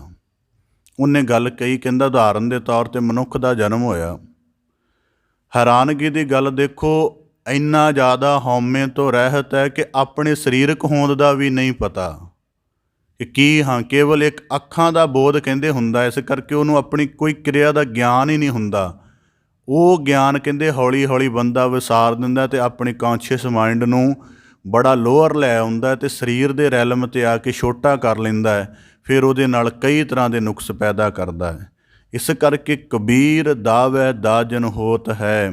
ਇੱਕ ਸਮਾਂ ਸੀ ਸਾਡੀਆਂ ਸਾਰੀਆਂ ਕਿਰਿਆਵਾਂ ਸੰਭਾਲਣ ਦੀ ਜ਼ਿੰਮੇਵਾਰੀ ਮਾਂ 'ਤੇ ਆਧਾਰਿਤ ਸੀ। ਮਾਂ ਨੇ ਪੂਰੀ ਕੀਤੀ ਆਪਣੀ ਮਮਤਾ ਦੇ ਭਾਵ ਵਿੱਚ। ਹੁਣ ਜਿਵੇਂ ਜਿਵੇਂ ਸਰੀਰ ਦੀ ਸੁੱਧ ਬਣੀ ਹੈ, ਬੁੱਧੀ ਦੀ ਸੁੱਧ ਬਣੀ ਹੈ, ਅਤੇ ਇਸ ਜਗਤ ਦੀ ਪਕੜ ਬਣਾਉਣੀ ਸ਼ੁਰੂ ਕਰ ਦਿੱਤੀ ਹੈ। ਬਚਪਨ ਦੇ ਵਿੱਚ ਆਪਣੇ ਮੁੱਖ ਦੀ ਮੈਲ ਨੱਕ ਦੀ ਲੱਗ ਜਾਂਦੀ ਸੀ, ਕੋਈ ਫਰਕ ਨਹੀਂ ਸੀ ਕਿਸੇ ਤਰ੍ਹਾਂ ਦਾ। ਹੁਣ ਆਪਣੀ ਚਮੜੀ ਦੀ ਸੁੰਦਰਤਾ ਦਾ ਦਾਅਵਾ ਜਗਤ ਵਿੱਚ ਰੱਖ ਦਿੱਤਾ ਹੈ। ਦਾਅਵੇ ਦੀ ਗੱਲ ਕਰ ਰਹੇ, ਦਾਵੈ ਦਾਜਨ ਹੋਤ ਹੈ। ਆ ਜਿਹੜਾ ਇਹਦੇ ਵਿੱਚ ਬੜਾ ਵੱਡਾ ਸੰਕਟ ਚੱਲਦਾ ਹੈ ਵਰਲਡ ਦੇ ਵਿੱਚ। ਸ਼ਾਇਦ ਜਿਹੜਾ ਰੇਸਿਜ਼ਮ ਚੱਲਦਾ ਅਮਰੀਕਾ ਵਰਗੇ ਮੁਲਕਾਂ ਦੇ ਵਿੱਚ, ਉਹ ਇਹਦੀ ਹੀ ਜੜ ਹੈ ਕਿ ਜਦੋਂ ਰੂਪ ਦੀ ਸੁੰਦਰਤਾ ਨੂੰ ਪ੍ਰਮੁੱਖ ਰੱਖ ਕੇ ਮਨੁੱਖ ਨੇ ਦਾਅਵਾ ਪ੍ਰਗਟਾਇਆ। ਇਸ ਕਰਕੇ ਕਦੇ ਆਪ ਦੀ ਆ ਜਿਹੜੇ ਹੁੰਦੇ ਨੇ ਜਗਤ ਦੇ ਵਿੱਚ ਸੁੰਦਰਤਾ ਦੇ ਮੁਕਾਬਲੇ, ਇਹਨਾਂ ਦੀ ਮਗਰਲੀ ਪੋਲੀਟਿਕਸ ਦੇਖੋ ਕਿਤੇ ਕੀ ਚੱਲਦਾ ਹੈ। ਇੰਨੇ ਨੀਚ ਵਰਤਾਰੇ ਚੱਲਦੇ ਨੇ, ਬੰਦੇ ਦੀ ਰੂਹ ਕੰਬ ਜਾਂਦੀ ਹੈ। ਇਸ ਕਰਕੇ ਭਗਤ ਕਬੀਰ ਸਾਹਿਬ ਜੀ ਕਹਿੰਦੇ, ਦਾਵੈ ਦਾਜਨ ਹੋਤ ਹੈ। ਜਿੰਨੇ ਜਿਸ ਕਿਸਮ ਦਾ ਪਹਿਲਾ ਦਾਅਵਾ ਰੱਖਦਾ ਹੈ ਉਹੀ ਧਰਤੀ 'ਤੇ ਸੰਕਟ ਪੈਦਾ ਕਰਦਾ ਹੈ। ਅਮੀਰ ਗਰੀਬ ਦਾ ਫਰਕ ਕਦੋਂ ਪੈਦਾ ਹੋਇਆ? ਜਿਹਦੇ ਕੋਲ ਭਰਪੂਰਤਾ ਆ ਗਈ, ਉਹਨੇ ਆਪਣੀ ਉੱਚਤਾ ਨੂੰ ਪ੍ਰਗਟਾਉਣਾ ਚਾਹਿਆ। ਇਸ ਕਰਕੇ ਜਿਨ੍ਹਾਂ ਕੋਲ ਫਕੀਰੀ ਹੋਈ ਅਤੇ ਰਾਜ ਵੀ ਰਿਹਾ, ਗੁਰੂ ਰਾਮਦਾਸ ਸਾਹਿਬ ਜੀ ਦੇ ਬਾਰੇ ਰਾਜ ਜੋ ਕਿਹਾ ਜਾਂਦਾ, ਕਿਉਂ ਕਿਹਾ ਜਾਂਦਾ ਕਿ ਕੁੱਲ ਸ੍ਰਿਸ਼ਟ ਦੀ ਮਾਇਆ ਉਹਨਾਂ ਦੇ ਚਰਨਾਂ 'ਤੇ ਨਿਭਦੀ ਹੈ, ਪਰ ਉਹ ਲੇਸ ਮਾਤਰ ਪ੍ਰਭਾਵ ਵੀ ਗੁਰੂ ਰਾਮਦਾਸ ਸਾਹਿਬ ਜੀ ਦੇ ਚਰਨਾਂ 'ਤੇ ਨਹੀਂ ਪਾਉਂਦੀ। ਇਸ ਕਰਕੇ ਭਗਤ ਕਬੀਰ ਸਾਹਿਬ ਜੀ ਕਹਿੰਦੇ, ਦਾਵੈ ਦਾਜਨ ਹੋਤ ਹੈ। ਜਿਹੜਾ ਵੀ ਧਰਤੀ 'ਤੇ ਦਾਅਵਾ ਰੱਖਿਆ ਜਾਂਦਾ, ਉਹਦਾ ਮਤਲਬ ਧਰਤੀ ਦੇ ਨਿਜ਼ਾਮ ਨੂੰ ਭ੍ਰਿਸ਼ਟ ਕਰਨ ਦੇ ਲਈ ਦਾਅਵਾ ਰੱਖਿਆ ਜਾ ਰਿਹਾ। ਇੱਥੇ ਮਾਲਕ ਨੇ ਸਾਰਿਆਂ ਨੂੰ ਇੱਕ ਸਮਾਨ ਪੈਦਾ ਕੀਤਾ ਹੈ, ਪਰ ਇੱਕ ਦੇ ਅੰਦਰ ਸਰਵਉੱਚ ਹੋਣ ਦੀ ਭੁੱਖ ਪੈਦਾ ਹੋਈ। ਉਹ ਆਪਣੇ ਆਪਣੇ ਨਿਜ਼ਾਮ ਘੜਨ ਲੱਗ ਪਿਆ। ਇੰਨੇ ਮਨੁੱਖ ਮੇਰੇ ਅਧੀਨ ਹੋਣ, ਇੰਨੀ ਧਰਤੀ ਮੇਰੇ ਅਧੀਨ ਹੋਵੇ। ਜਾਂ ਤਾਂ ਅਕਾਲ ਪੁਰਖ ਕਿਸੇ ਨੂੰ ਕਿਸ ਤਰ੍ਹਾਂ ਦਾ ਪੈਦਾ ਕਰੇ, ਫਿਰ ਤਾਂ ਮਨੁੱਖ ਕਹੇ। ਇਸ ਕਰਕੇ ਭਗਤ ਕਬੀਰ ਸਾਹਿਬ ਜੀ ਕਹਿੰਦੇ, ਦਾਵੈ ਦਾਜਨ ਹੋਤ ਹੈ। ਜਿਹੜਾ ਵੀ ਕੋਈ ਦਾਵਾ, ਉਸ ਤੋਂ ਅੱਗੇ ਧਨ ਦਾ ਦਾਅਵਾ ਕਰਦਾ ਹੈ, ਦੁਨੀਆ ਦੇ ਬਹੁਤ ਸਾਰੇ ਹਿੱਸੇ ਨੂੰ ਕਰ ਦਿੱਤਾ ਜਾਂਦਾ ਇੱਕ ਕਿਨਾਰ 'ਤੇ। ਦਿੱਲੀ ਵਰਗੇ ਸ਼ਹਿਰਾਂ ਦਾ ਸੰਕਟ ਇਸ ਨੁਕਤੇ ਤੋਂ ਸਮਝੋ ਤਾਂ ਬੜੀ ਕਲੀਅਰ ਸਮਝ ਆਉਂਦੀ ਹੈ ਕਿ ਉੱਥੋਂ ਦਾ ਇੱਕ ਵਰਗ ਇਸ ਤਰ੍ਹਾਂ ਦਾ ਹੋ ਗਿਆ ਕਿ ਉਹ ਮਨੁੱਖਾਂ ਦੀ, ਇੱਕ ਨਿਮਨ ਮਨੁੱਖਾਂ ਦੀ ਹੋਂਦ ਨੂੰ ਪ੍ਰਵਾਨ ਹੀ ਨਹੀਂ ਕਰਦਾ। ਇਸ ਕਰਕੇ ਉਹਨੇ ਹਰੇਕ ਚੀਜ਼ ਦੇ ਆਧਾਰ ਹੀ ਇੰਨੇ ਉੱਚੇ ਸਿਰਜ ਲਏ ਹਨ ਕਿ ਕੋਈ ਉਹਦੇ ਨਿਕਟ ਹੀ ਨਾ ਆ ਸਕੇ। ਇਸ ਕਰਕੇ ਭਗਤ ਕਬੀਰ ਸਾਹਿਬ ਜੀ ਕਹਿੰਦੇ, ਦਾਵੈ ਦਾਜਨ ਹੋਤ ਹੈ। ਜਿਹੜਾ ਕਿਸੇ ਕਿਸਮ ਦਾ, ਹੁਣ ਦਾਅਵੇ ਦੇ ਵਿੱਚ ਨੁਕਸ ਕੀ ਹੈ? ਬੰਦਾ ਕਵੇ, ਹੁਣ ਬੰਦਾ ਕਹੇਗਾ ਜੀ ਧਨ ਕਮਾਇਆ, ਦਾਅਵਾ ਕਰਨਾ ਚਾਹੀਦਾ। ਦਾਅਵੇ 'ਚ ਨੁਕਸ ਕੀ ਹੈ? ਗੁਰਬਾਣੀ 'ਚ ਇਹਦੇ ਬੜੇ ਐਸੇ ਵਾਕ ਪ੍ਰਾਪਤ ਨੇ। ਇਹ ਸ੍ਰਿਸ਼ਟ ਸਾਨੂੰ ਸਾਰਿਆਂ ਨੂੰ ਪ੍ਰਾਪਤ ਹੋਈ। ਇਹਦਾ ਪਹਿਲਾ ਮਾਲਕ ਕੌਣ ਹੈ? ਅੱਜ ਤਾਂ ਅਸੀਂ ਆਪਣੇ ਘਰ ਦੇ ਮਾਲਕ ਹਾਂ, ਉਸ ਤੋਂ ਪਹਿਲਾਂ ਸਾਡੇ ਪਿਤਾ ਜੀ ਹੋਣਗੇ, ਦਾਦਾ ਜੀ ਹੋਣਗੇ।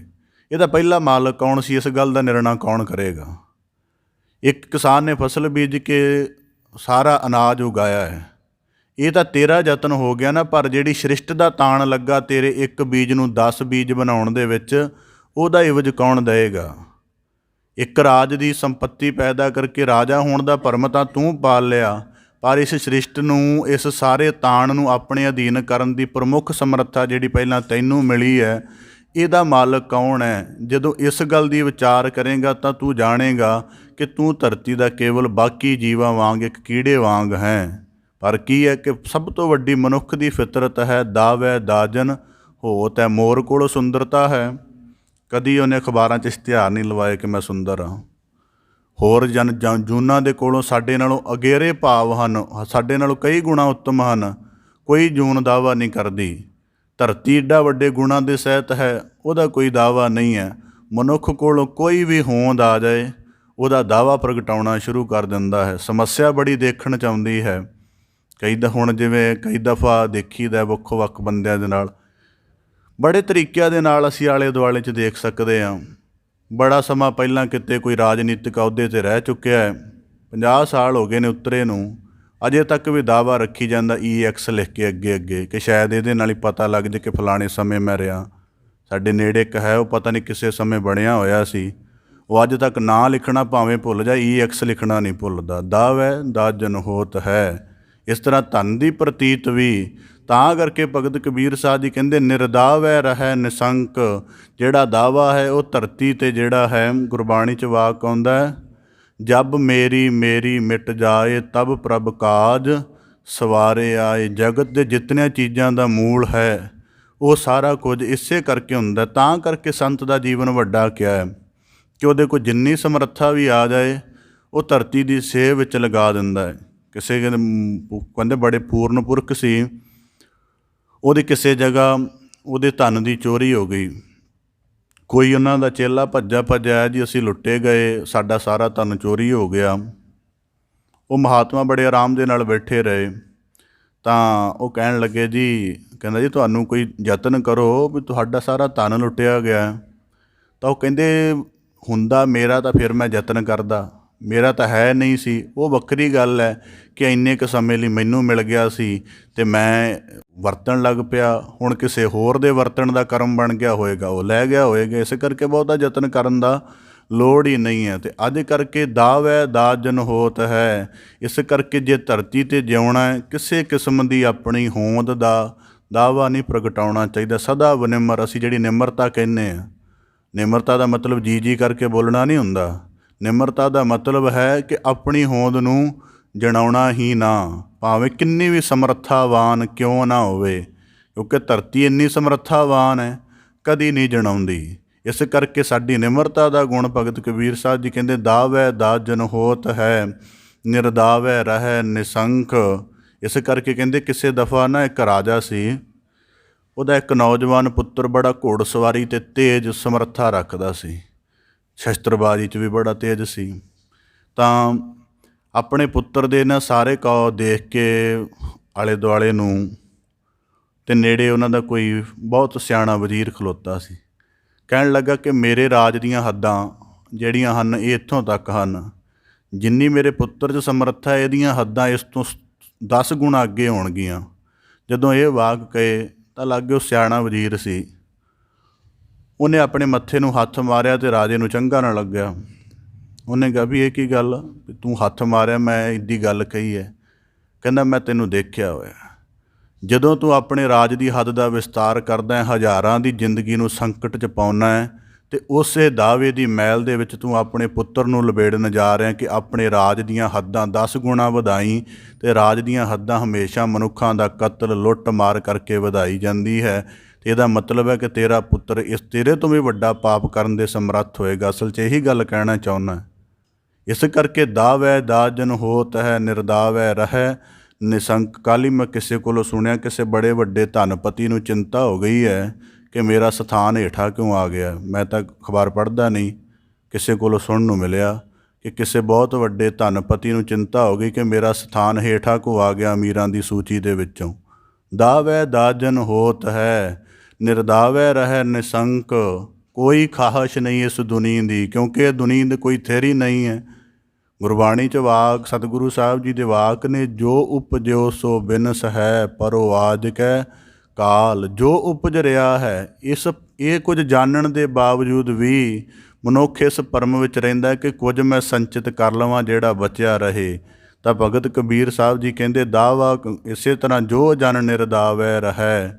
ਉਹ ਧਰਤੀ ਦੇ ਵਿੱਚ ਬੜਾ ਕੁਝ ਸੰਚ ਲੈਂਦੇ ਹਨ ਪਰ ਕਿਸੇ ਤਰ੍ਹਾਂ ਦਾ ਦਾਵਾ ਨਹੀਂ ਰੱਖਦੇ। ਨਾ ਦਾਵਾ ਰੱਖਣ ਵਾਲਿਆਂ ਦੀ ਵਸਤ ਹੀ ਸੰਸਾਰ ਦੇ ਲਈ ਕਲਿਆਣਕਾਰੀ ਹੁੰਦੀ ਹੈ।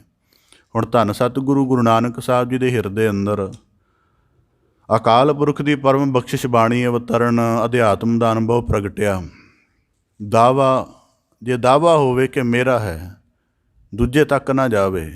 ਪਰ ਗੁਰੂ ਨਾਨਕ ਸਾਹਿਬ ਜੀ ਨੇ ਬੇਅੰਤ ਮੀਲ ਆਪਣੇ ਸਫ਼ਰਾਂ ਦੇ ਨਾਲ ਪਰਮਾਤਮਾ ਦੇ ਅਧਿਆਤਮਿਕ ਅਨੁਭਵ ਨੂੰ ਵੰਡਿਆ।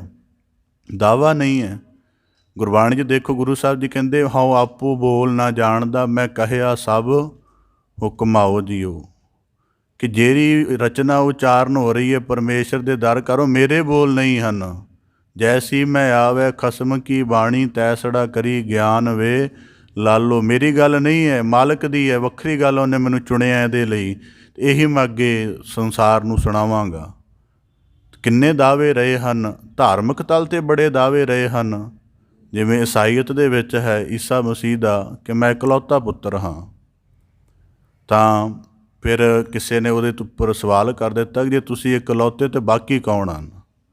ਕਿਸੇ ਨੇ ਕਿਹਾ ਮੈਂ ਇਕਲੌਤਾ ਪੈਗੰਬਰ ਹਾਂ। ਤਾਂ ਭਗਤ ਕਬੀਰ ਸਾਹਿਬ ਜੀ ਕਹਿੰਦੇ ਇਵੇਂ ਹਰ ਜਗ੍ਹਾ ਹੀ ਚੱਲਦਾ ਹੈ, ਕੋਈ ਐਸੀ ਨਹੀਂ ਹੈ। ਇਸ ਕਰਕੇ ਜਦੋਂ ਗੁਰੂ ਦਸਮ ਪਾਤਸ਼ਾਹ ਦੇ ਜਗਤ ਆਉਣ ਦਾ ਪ੍ਰਯੋਜਨ ਪੜ੍ਹੋ, ਉਹਦੇ ਵਿੱਚ ਉਹਨਾਂ ਕਿਹਾ ਕਿ ਬੜੇ ਅਵਤਾਰ ਪੈਗੰਬਰ ਭੇਜੇ ਗਏ ਪਰ ਸਾਰਿਆਂ ਨੇ ਆਪੋ ਆਪਣਾ ਮਾਰਗ ਚਲਾ ਲਿਆ ਅਤੇ ਆਪੋ ਆਪਣਾ। ਇਸ ਕਰਕੇ ਭਗਤ ਕਬੀਰ ਸਾਹਿਬ ਜੀ ਕਹਿੰਦੇ ਜੋ ਜਨ ਨਿਰਦਾਵੈ ਰਹੈ। ਜਿਹੜੇ ਇਸ ਦੁਨਿਆਵੀ ਜਗਤ ਦੀ ਕਿਸੇ ਕਿਸਮ ਦੀ ਆਖਣਾ ਨਹੀਂ ਰੱਖਦੇ। ਹੁਣ ਇਹਦੇ ਵਿੱਚ ਕਰਮ ਕੀ ਹੈ ਇਹ ਵੀ ਸਮਝਣਾ ਪਏਗਾ। ਨਿਰਦਾਵੈ ਹੋਣ ਦੇ ਲਈ ਆਪਣੀ ਬੁੱਧੀ ਦੇ ਅੰਦਰ ਖਿਆਲ ਇੱਕ ਪੱਕਾ ਦ੍ਰਿੜ ਕਰਨਾ ਪੈਂਦਾ ਹੈ ਕਿ ਹਮ ਆਦਮੀ ਹਾਂ ਇੱਕਦਮੀ ਮੁਹਲਤ ਮੋਹਤ ਨਾ ਜਾਣਾ। ਕਿ ਸਾਡਾ ਇੱਕ ਜੀਵਨ ਇੱਕਦਮ 'ਤੇ ਟਿਕਿਆ ਹੈ। ਜਿਹੜੀ ਚੀਜ਼ ਅਸੀਂ ਕੋਈ ਸੰਚ ਰਹੇ ਹਾਂ ਉਹ ਬੜੇ ਚਿਰਾਂ ਦੀ ਹੈ। ਮੈਨੂੰ ਇੱਕ ਦਫਾ ਵਿਅੰਗਾਤਮਕ ਗੱਲ ਯਾਦ ਹੈ। ਕਿਸੇ ਸਮੇਂ ਸਾਈਕਲ ਨੂੰ ਟਾਇਰ ਟੂਬ ਨਵਾਂ ਪਾਉਣਾ ਸੀ। ਜਿਹਦੇ ਕੋਲ ਪਾਉਣਾ ਸੀ ਉਹਨੂੰ ਗਰੰਟੀ ਪੁੱਛ ਬੈਠਾ। ਉਹਨੇ ਸੁਭਾਵਕ ਕਿਹਾ, ਕਹਿੰਦਾ ਬਾਬਾ ਜੀ ਬੰਦੇ ਦੀ ਗਰੰਟੀ ਤਾਂ ਹੈ ਨਹੀਂ, ਤੁਹਾਨੂੰ ਟਾਇਰ ਟੂਬ ਦੀ ਕਿੱਥੋਂ ਦੇ ਦਿਆਂ। ਇਸ ਕਰਕੇ ਭਾਵ ਕਿ ਨਿਰਦਾਵੈ ਦੇ ਵਿਚਲਾ ਭਾਵ ਇਹ ਹੈ ਕਿ ਇਸ ਜਗਤ ਦਾ ਕੁਝ ਥਿਰ ਰਹਿਣ ਵਾਲਾ ਨਹੀਂ। ਜਦੋਂ ਕੁਝ ਥਿਰ ਰਹਿਣ ਵਾਲਾ ਨਹੀਂ ਤਾਂ ਉਹਦੇ ਥਿਰ ਰਹਿਣ ਦਾ ਭਰਮ ਕਿਉਂ? ਗੁਰੂ ਤੇਗ ਬਹਾਦਰ ਸਾਹਿਬ ਜੀ ਕਹਿੰਦੇ ਸਾਧੋ ਰਚਨਾ ਰਾਮ ਬਨਾਈ, ਇੱਕ ਬਿਨਸੈ ਇੱਕ ਅਸਥਰ ਮਨ ਅਚਰਜ ਲਖਿਓ ਨਾ ਜਾਏ। ਕਹਿੰਦੇ ਇੱਕ ਸਾਰਾ ਧਨ ਛੱਡ ਕੇ ਕੂਚ ਕਰ ਗਏ ਗੁਆਂਢ ਦੇ ਵਿੱਚੋਂ, ਦੂਜਾ ਇਸ ਗਿਣਤੀ ਦੇ ਵਿੱਚ ਪਿਆ ਕਿ ਕਰੋੜ ਦੀ ਰਾਸ਼ੀ ਕਿਵੇਂ ਪੂਰੀ ਹੋ ਜਾਵੇ। ਕਹਿੰਦੇ ਕਮਾਲ ਹੈ, ਧਰਤੀ 'ਤੇ ਸਮਝ ਨਹੀਂ ਆਉਂਦਾ। ਤਾਂ ਭਗਤ ਕਬੀਰ ਸਾਹਿਬ ਜੀ ਕਹਿੰਦੇ ਜੋ ਜਨ ਨਿਰਦਾਵੈ ਰਹੈ ਸੋ ਗਨੈ ਇੰਦਰ ਸੋ ਰੰਕ। ਉਹ ਇੰਦਰ ਨੂੰ ਵੀ ਰੰਕ ਦੇ ਗਰੀਬਾਂ ਦੇ ਸਮਾਨ ਗਿਣਦੇ ਹਨ। ਉਹਨਾਂ ਨੂੰ ਪਤਾ ਉਹਦੀ ਸ਼ੋਭਾ ਅੱਜ ਨਹੀਂ ਤੇ ਕੱਲ੍ਹ ਜਿਹੜੀ ਹੈ ਭੰਗ ਹੋ ਜਾਏਗੀ। ਇਸ ਕਰਕੇ ਭਗਤ ਕਬੀਰ ਸਾਹਿਬ ਜੀ 2 ਸਲੋਕਾਂ ਦੁਆਰਾ ਸਾਨੂੰ ਉਪਦੇਸ਼ ਬਖਸ਼ਿਸ਼ ਕਰਕੇ ਨਵਾਜ਼ਿਸ਼ ਕਰਦੇ ਹਨ ਕਿ ਅਧਿਆਤਮ ਕਰਮ ਕਰਨ ਦੇ ਲਈ ਜੇ ਕਿਤੇ ਮਦੁਕਰੀ ਵੀ ਮੰਗਣੀ ਪਵੇ ਤਾਂ ਉੱਤਮ ਹੈ। ਕਿਉਂਕਿ ਅਧਿਆਤਮ ਕਰਮ ਤਾਂ ਪੂਰਾ ਹੋ ਜਾਏਗਾ, ਜੀਵਨ ਦਾ ਮਨੋਰਥ ਦਾ ਪੂਰਾ ਕਰ ਲਏਗਾ। ਇਸ ਕਰਕੇ ਉਹਦੇ ਵਿੱਚ ਇੱਕ ਲਾਭ ਵੀ ਹੈ ਕਿ ਜਦੋਂ ਅਸੀਂ ਕਿਸੇ ਮਦੁਕਰੀ ਵਾਲੇ ਦੀ ਕੋਈ ਸੇਵ ਕਰਦੇ ਹਾਂ ਤਾਂ ਉਹਦੀ ਬੰਦਗੀ ਦਾ ਕਾਫੀ ਭਾਵ ਸਾਨੂੰ ਪ੍ਰਾਪਤ ਹੋ ਜਾਂਦਾ ਹੈ ਇੰਨੇ ਕਰਮ ਦੇ ਨਾਲ ਹੀ। ਇਸ ਕਰਕੇ ਭਗਤ ਕਬੀਰ ਸਾਹਿਬ ਜੀ ਕਹਿੰਦੇ ਦੁਨਿਆਵੀ ਕੁੱਲ ਕਾਣ ਦੀ ਮਰਜ਼ਾਦਾ ਦੀ ਭਰਮ 'ਚ ਬਚਣ ਦੀ ਬਜਾਏ ਜੇ ਅਧਿਆਤਮ ਕਰਮ ਦੇ ਲਈ ਭਿਖਿਆ ਆਦਿਕ ਵੀ ਮੰਗਣੀ ਪਵੇ ਤਾਂ ਉਚਿਤ ਹੈ।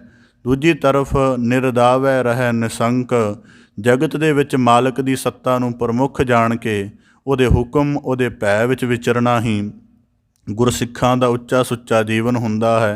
ਅਤੇ ਜਿਹੜੇ ਇਸ ਜੀਵਨ ਨੂੰ ਧਾਰਨ ਕਰਦੇ ਹਨ ਉਹੀ ਦੋਹਾਂ ਜਹਾਨਾਂ ਦੇ ਮਾਲਕ ਗਿਣੇ ਜਾਂਦੇ ਹਨ। ਭਗਤ ਕਬੀਰ ਸਾਹਿਬ ਜੀ ਕਿਰਪਾ ਕਰਨ ਸਾਡੀ ਹਸਤੀ ਨਿਮਰਤਾ ਦੇ ਆਲਮ ਵਿੱਚ ਟਲੇ। ਜੋ ਵੀ ਸਾਡੇ ਜੀਵਨ ਦੀ ਸਮਰੱਥਾ ਹੈ ਉਹ ਜ਼ਰੂਰ ਹੋਵੇ ਪਰ ਉਹ ਜਣਾਈ ਨਾ ਜਾਵੇ। ਮੈਂ ਆਪਣੇ ਜੀਵਨ 'ਚ ਬਹੁਤ ਸਮੇਂ ਸਿਰ ਗਿਆਨ ਪ੍ਰਾਪਤ ਹੋ ਗਿਆ। ਬੜੇ ਧੰਨਵਾਦੀ ਇਸ ਗੱਲ ਦੇ ਕਿ ਉਸ ਗੁਮਾਨ ਤੋਂ ਛੁਟਕਾਰਾ ਹੋ ਗਿਆ ਕਿ ਜੋ ਵੀ ਤੁਹਾਡੇ ਕੋਲ ਸਮਰੱਥਾ ਹੁੰਦੀ ਉਹਦਾ ਬੰਦੇ ਨੂੰ ਗੁਮਾਨ ਪੈਦਾ ਹੁੰਦਾ ਹੀ ਹੈ ਕੁਦਰਤੀ, ਪਰ ਉਹਦੇ ਤੋਂ ਛੁੱਟ ਜਾਣਾ ਹੀ ਚੰਗਾ ਹੁੰਦਾ ਹੈ। ਇਸ ਕਰਕੇ ਭਗਤ ਕਬੀਰ ਸਾਹਿਬ ਜੀ ਕਹਿੰਦੇ ਨਿਮਰਤਾ ਦੇ ਆਲਮ ਵਿੱਚ ਟਲ ਕੇ ਮਾਲਕ ਦੀ ਸਰਵਉੱਚ ਹਸਤੀ ਨੂੰ ਜਾਣੋ ਅਤੇ ਉਹਦੇ ਭੈ ਭਾਵਨੇ ਵਿੱਚ ਵਿਚਰ ਕੇ ਆਪਣੀ ਸਾਰੀ ਸਮਰੱਥਾ ਨੂੰ ਧਰਤੀ ਦੀ ਸੇਵਾ ਵਿੱਚ ਲਗਾਓ। ਜਿੰਨੀ ਵੀ ਸਮਰੱਥਾ ਹੈ, ਗਿਆਨ ਦੀ ਹੈ, ਸਰੀਰ ਦੀ ਹੈ, ਧਨ ਦੀ ਹੈ, ਜੋ ਵੀ ਹੈ, ਉਸ ਸਾਰੀ ਨੂੰ ਧਰਤੀ ਦੀ ਸੇਵਾ ਵਿੱਚ ਲਗਾ ਕੇ ਮਾਲਕ ਦੇ ਇਸ ਸੱਚੇ ਕੋਠੜੀ ਦੇ ਬਿਰਧ ਨੂੰ ਪਾਲ ਕੇ ਨੇਮ ਦੇ ਅਨੁਸਾਰ ਜੀਵਨ ਜਿਉਂ ਕੇ ਆਪਣੇ ਜੀਵਨ ਦੀ ਸਫਲਤਾ ਕਰੋ। ਦੇਖੋ ਕਿ ਅਸੀਂ ਆਪਣੇ ਆਪ ਨੂੰ ਬੜੇ ਉੱਤਮ ਸਮਝਦੇ ਹਾਂ, ਪਰ ਜੇ ਇੱਕ ਰੁੱਖ ਦੇ ਨਾਲ ਹੀ ਆਪਣੀ ਤੁਲਨਾ ਕਰ ਲਈ ਤਾਂ ਸਾਡਾ ਜੀਵਨ ਬੜਾ ਛੋਟਾ ਸਾਬਤ ਹੋ ਜਾਏਗਾ। ਇੱਕ ਰੁੱਖ ਪਤਾ ਨਹੀਂ ਕਿੰਨੇ ਮਨੁੱਖਾਂ ਦੇ ਲਈ ਰੋਜ਼ ਦੇ ਵਿੱਚ ਉਹਨਾਂ ਦਾ ਜੀਵਨ ਦਾਨ ਪੈਦਾ ਕਰਦਾ ਹੈ, ਅਤੇ ਅਸੀਂ ਜਿੰਨਾ ਕੁਝ ਧਨ ਆਦਿਕ ਦੇ ਵਿੱਚ ਸੰਚਿਆ ਕਿੰਨਿਆਂ ਕੁ ਦੇ ਲਈ ਜੀਵਨ ਦਾਨ ਪੈਦਾ ਕਰਦੇ ਹਾਂ। ਇਸ ਕਰਕੇ ਜਿਹੜਾ ਧਰਮਸਾਲ ਸ਼ਬਦ ਕਿਹਾ ਜਾਂਦਾ ਉਹ ਬੜਾ ਗਹਿਰਾ ਸ਼ਬਦ ਹੈ ਕਿ ਧਰਮ ਬ੍ਰਹਮੰਡੀ ਨੇਮ ਉਹ ਸ੍ਰਿਸ਼ਟੀ ਵਿੱਚ ਟਿਕਿਆ ਹੋਇਆ ਹੈ, ਉਹਦੀ ਪਛਾਣ ਕਰਨ ਦੇ ਨਾਲ ਹੀ ਮਨੁੱਖ ਧਰਮੀ ਹੋਏਗਾ। ਜਪਜੀ ਸਾਹਿਬ ਦੀ ਬਾਣੀ ਦੇ ਵਾਕ ਹਨ, ਤਿਸ ਵਿੱਚ ਧਰਤੀ ਥਾਪ ਰੱਖੀ ਧਰਮ ਸਾਲ ਕੇ ਬੰਦੇ ਨੂੰ ਪਹਿਲੀ ਸੋਝੀ ਦੇਣ ਦੇ ਲਈ ਮਨੁੱਖ ਅਕਾਲ ਪੁਰਖ ਨੇ ਸ੍ਰਿਸ਼ਟ ਪੈਦਾ ਕੀਤੀ, ਅਤੇ ਉਹਦੇ ਵਿੱਚ ਸਾਰੀਆਂ ਚੀਜ਼ਾਂ ਦੇ ਨੇਮ ਬੰਦੇ ਨੂੰ ਮਾਲਕ ਦਾ ਉੱਚਾ ਨੇਮ ਸਮਝਾ ਰਹੇ ਨੇ। ਭਗਤ ਕਬੀਰ ਸਾਹਿਬ ਜੀ ਕਿਰਪਾ ਕਰਨ, ਸਲੋਕਾਂ ਦਾ ਭਾਵ ਉਪਦੇਸ਼ ਸਾਡੇ ਸਾਰਿਆਂ ਦੇ ਹਿਰਦੇ ਅੰਦਰ ਵਸ ਜਾਏ ਜੀ। ਸਾਰਿਆਂ ਦਾ ਇੱਥੇ ਆਇਆ ਸਫਲਾ ਹੋਵੇ। ਭਾਵ ਲੜੀਵਾਰ ਸ਼ਬਦ ਵਿਚਾਰ ਦੀ ਆਪ ਜੀ ਦੇ ਨਾਲ ਸਾਂਝ ਪਾਉਂਦਿਆਂ ਹੋਈਆਂ ਬੇਅੰਤ ਭੁੱਲਾਂ ਦੀ ਖਿਮਾ ਜਾਚਨਾ ਜੀ। ਬੜੇ ਅਦਬ ਸਹਿਤ ਗੱਜ ਕੇ ਫਤਿਹ ਅਰਜ਼ ਕਰੋ ਜੀ। ਵਾਹਿਗੁਰੂ ਜੀ ਕਾ ਖਾਲਸਾ, ਵਾਹਿਗੁਰੂ ਜੀ ਕੀ ਫਤਿਹ।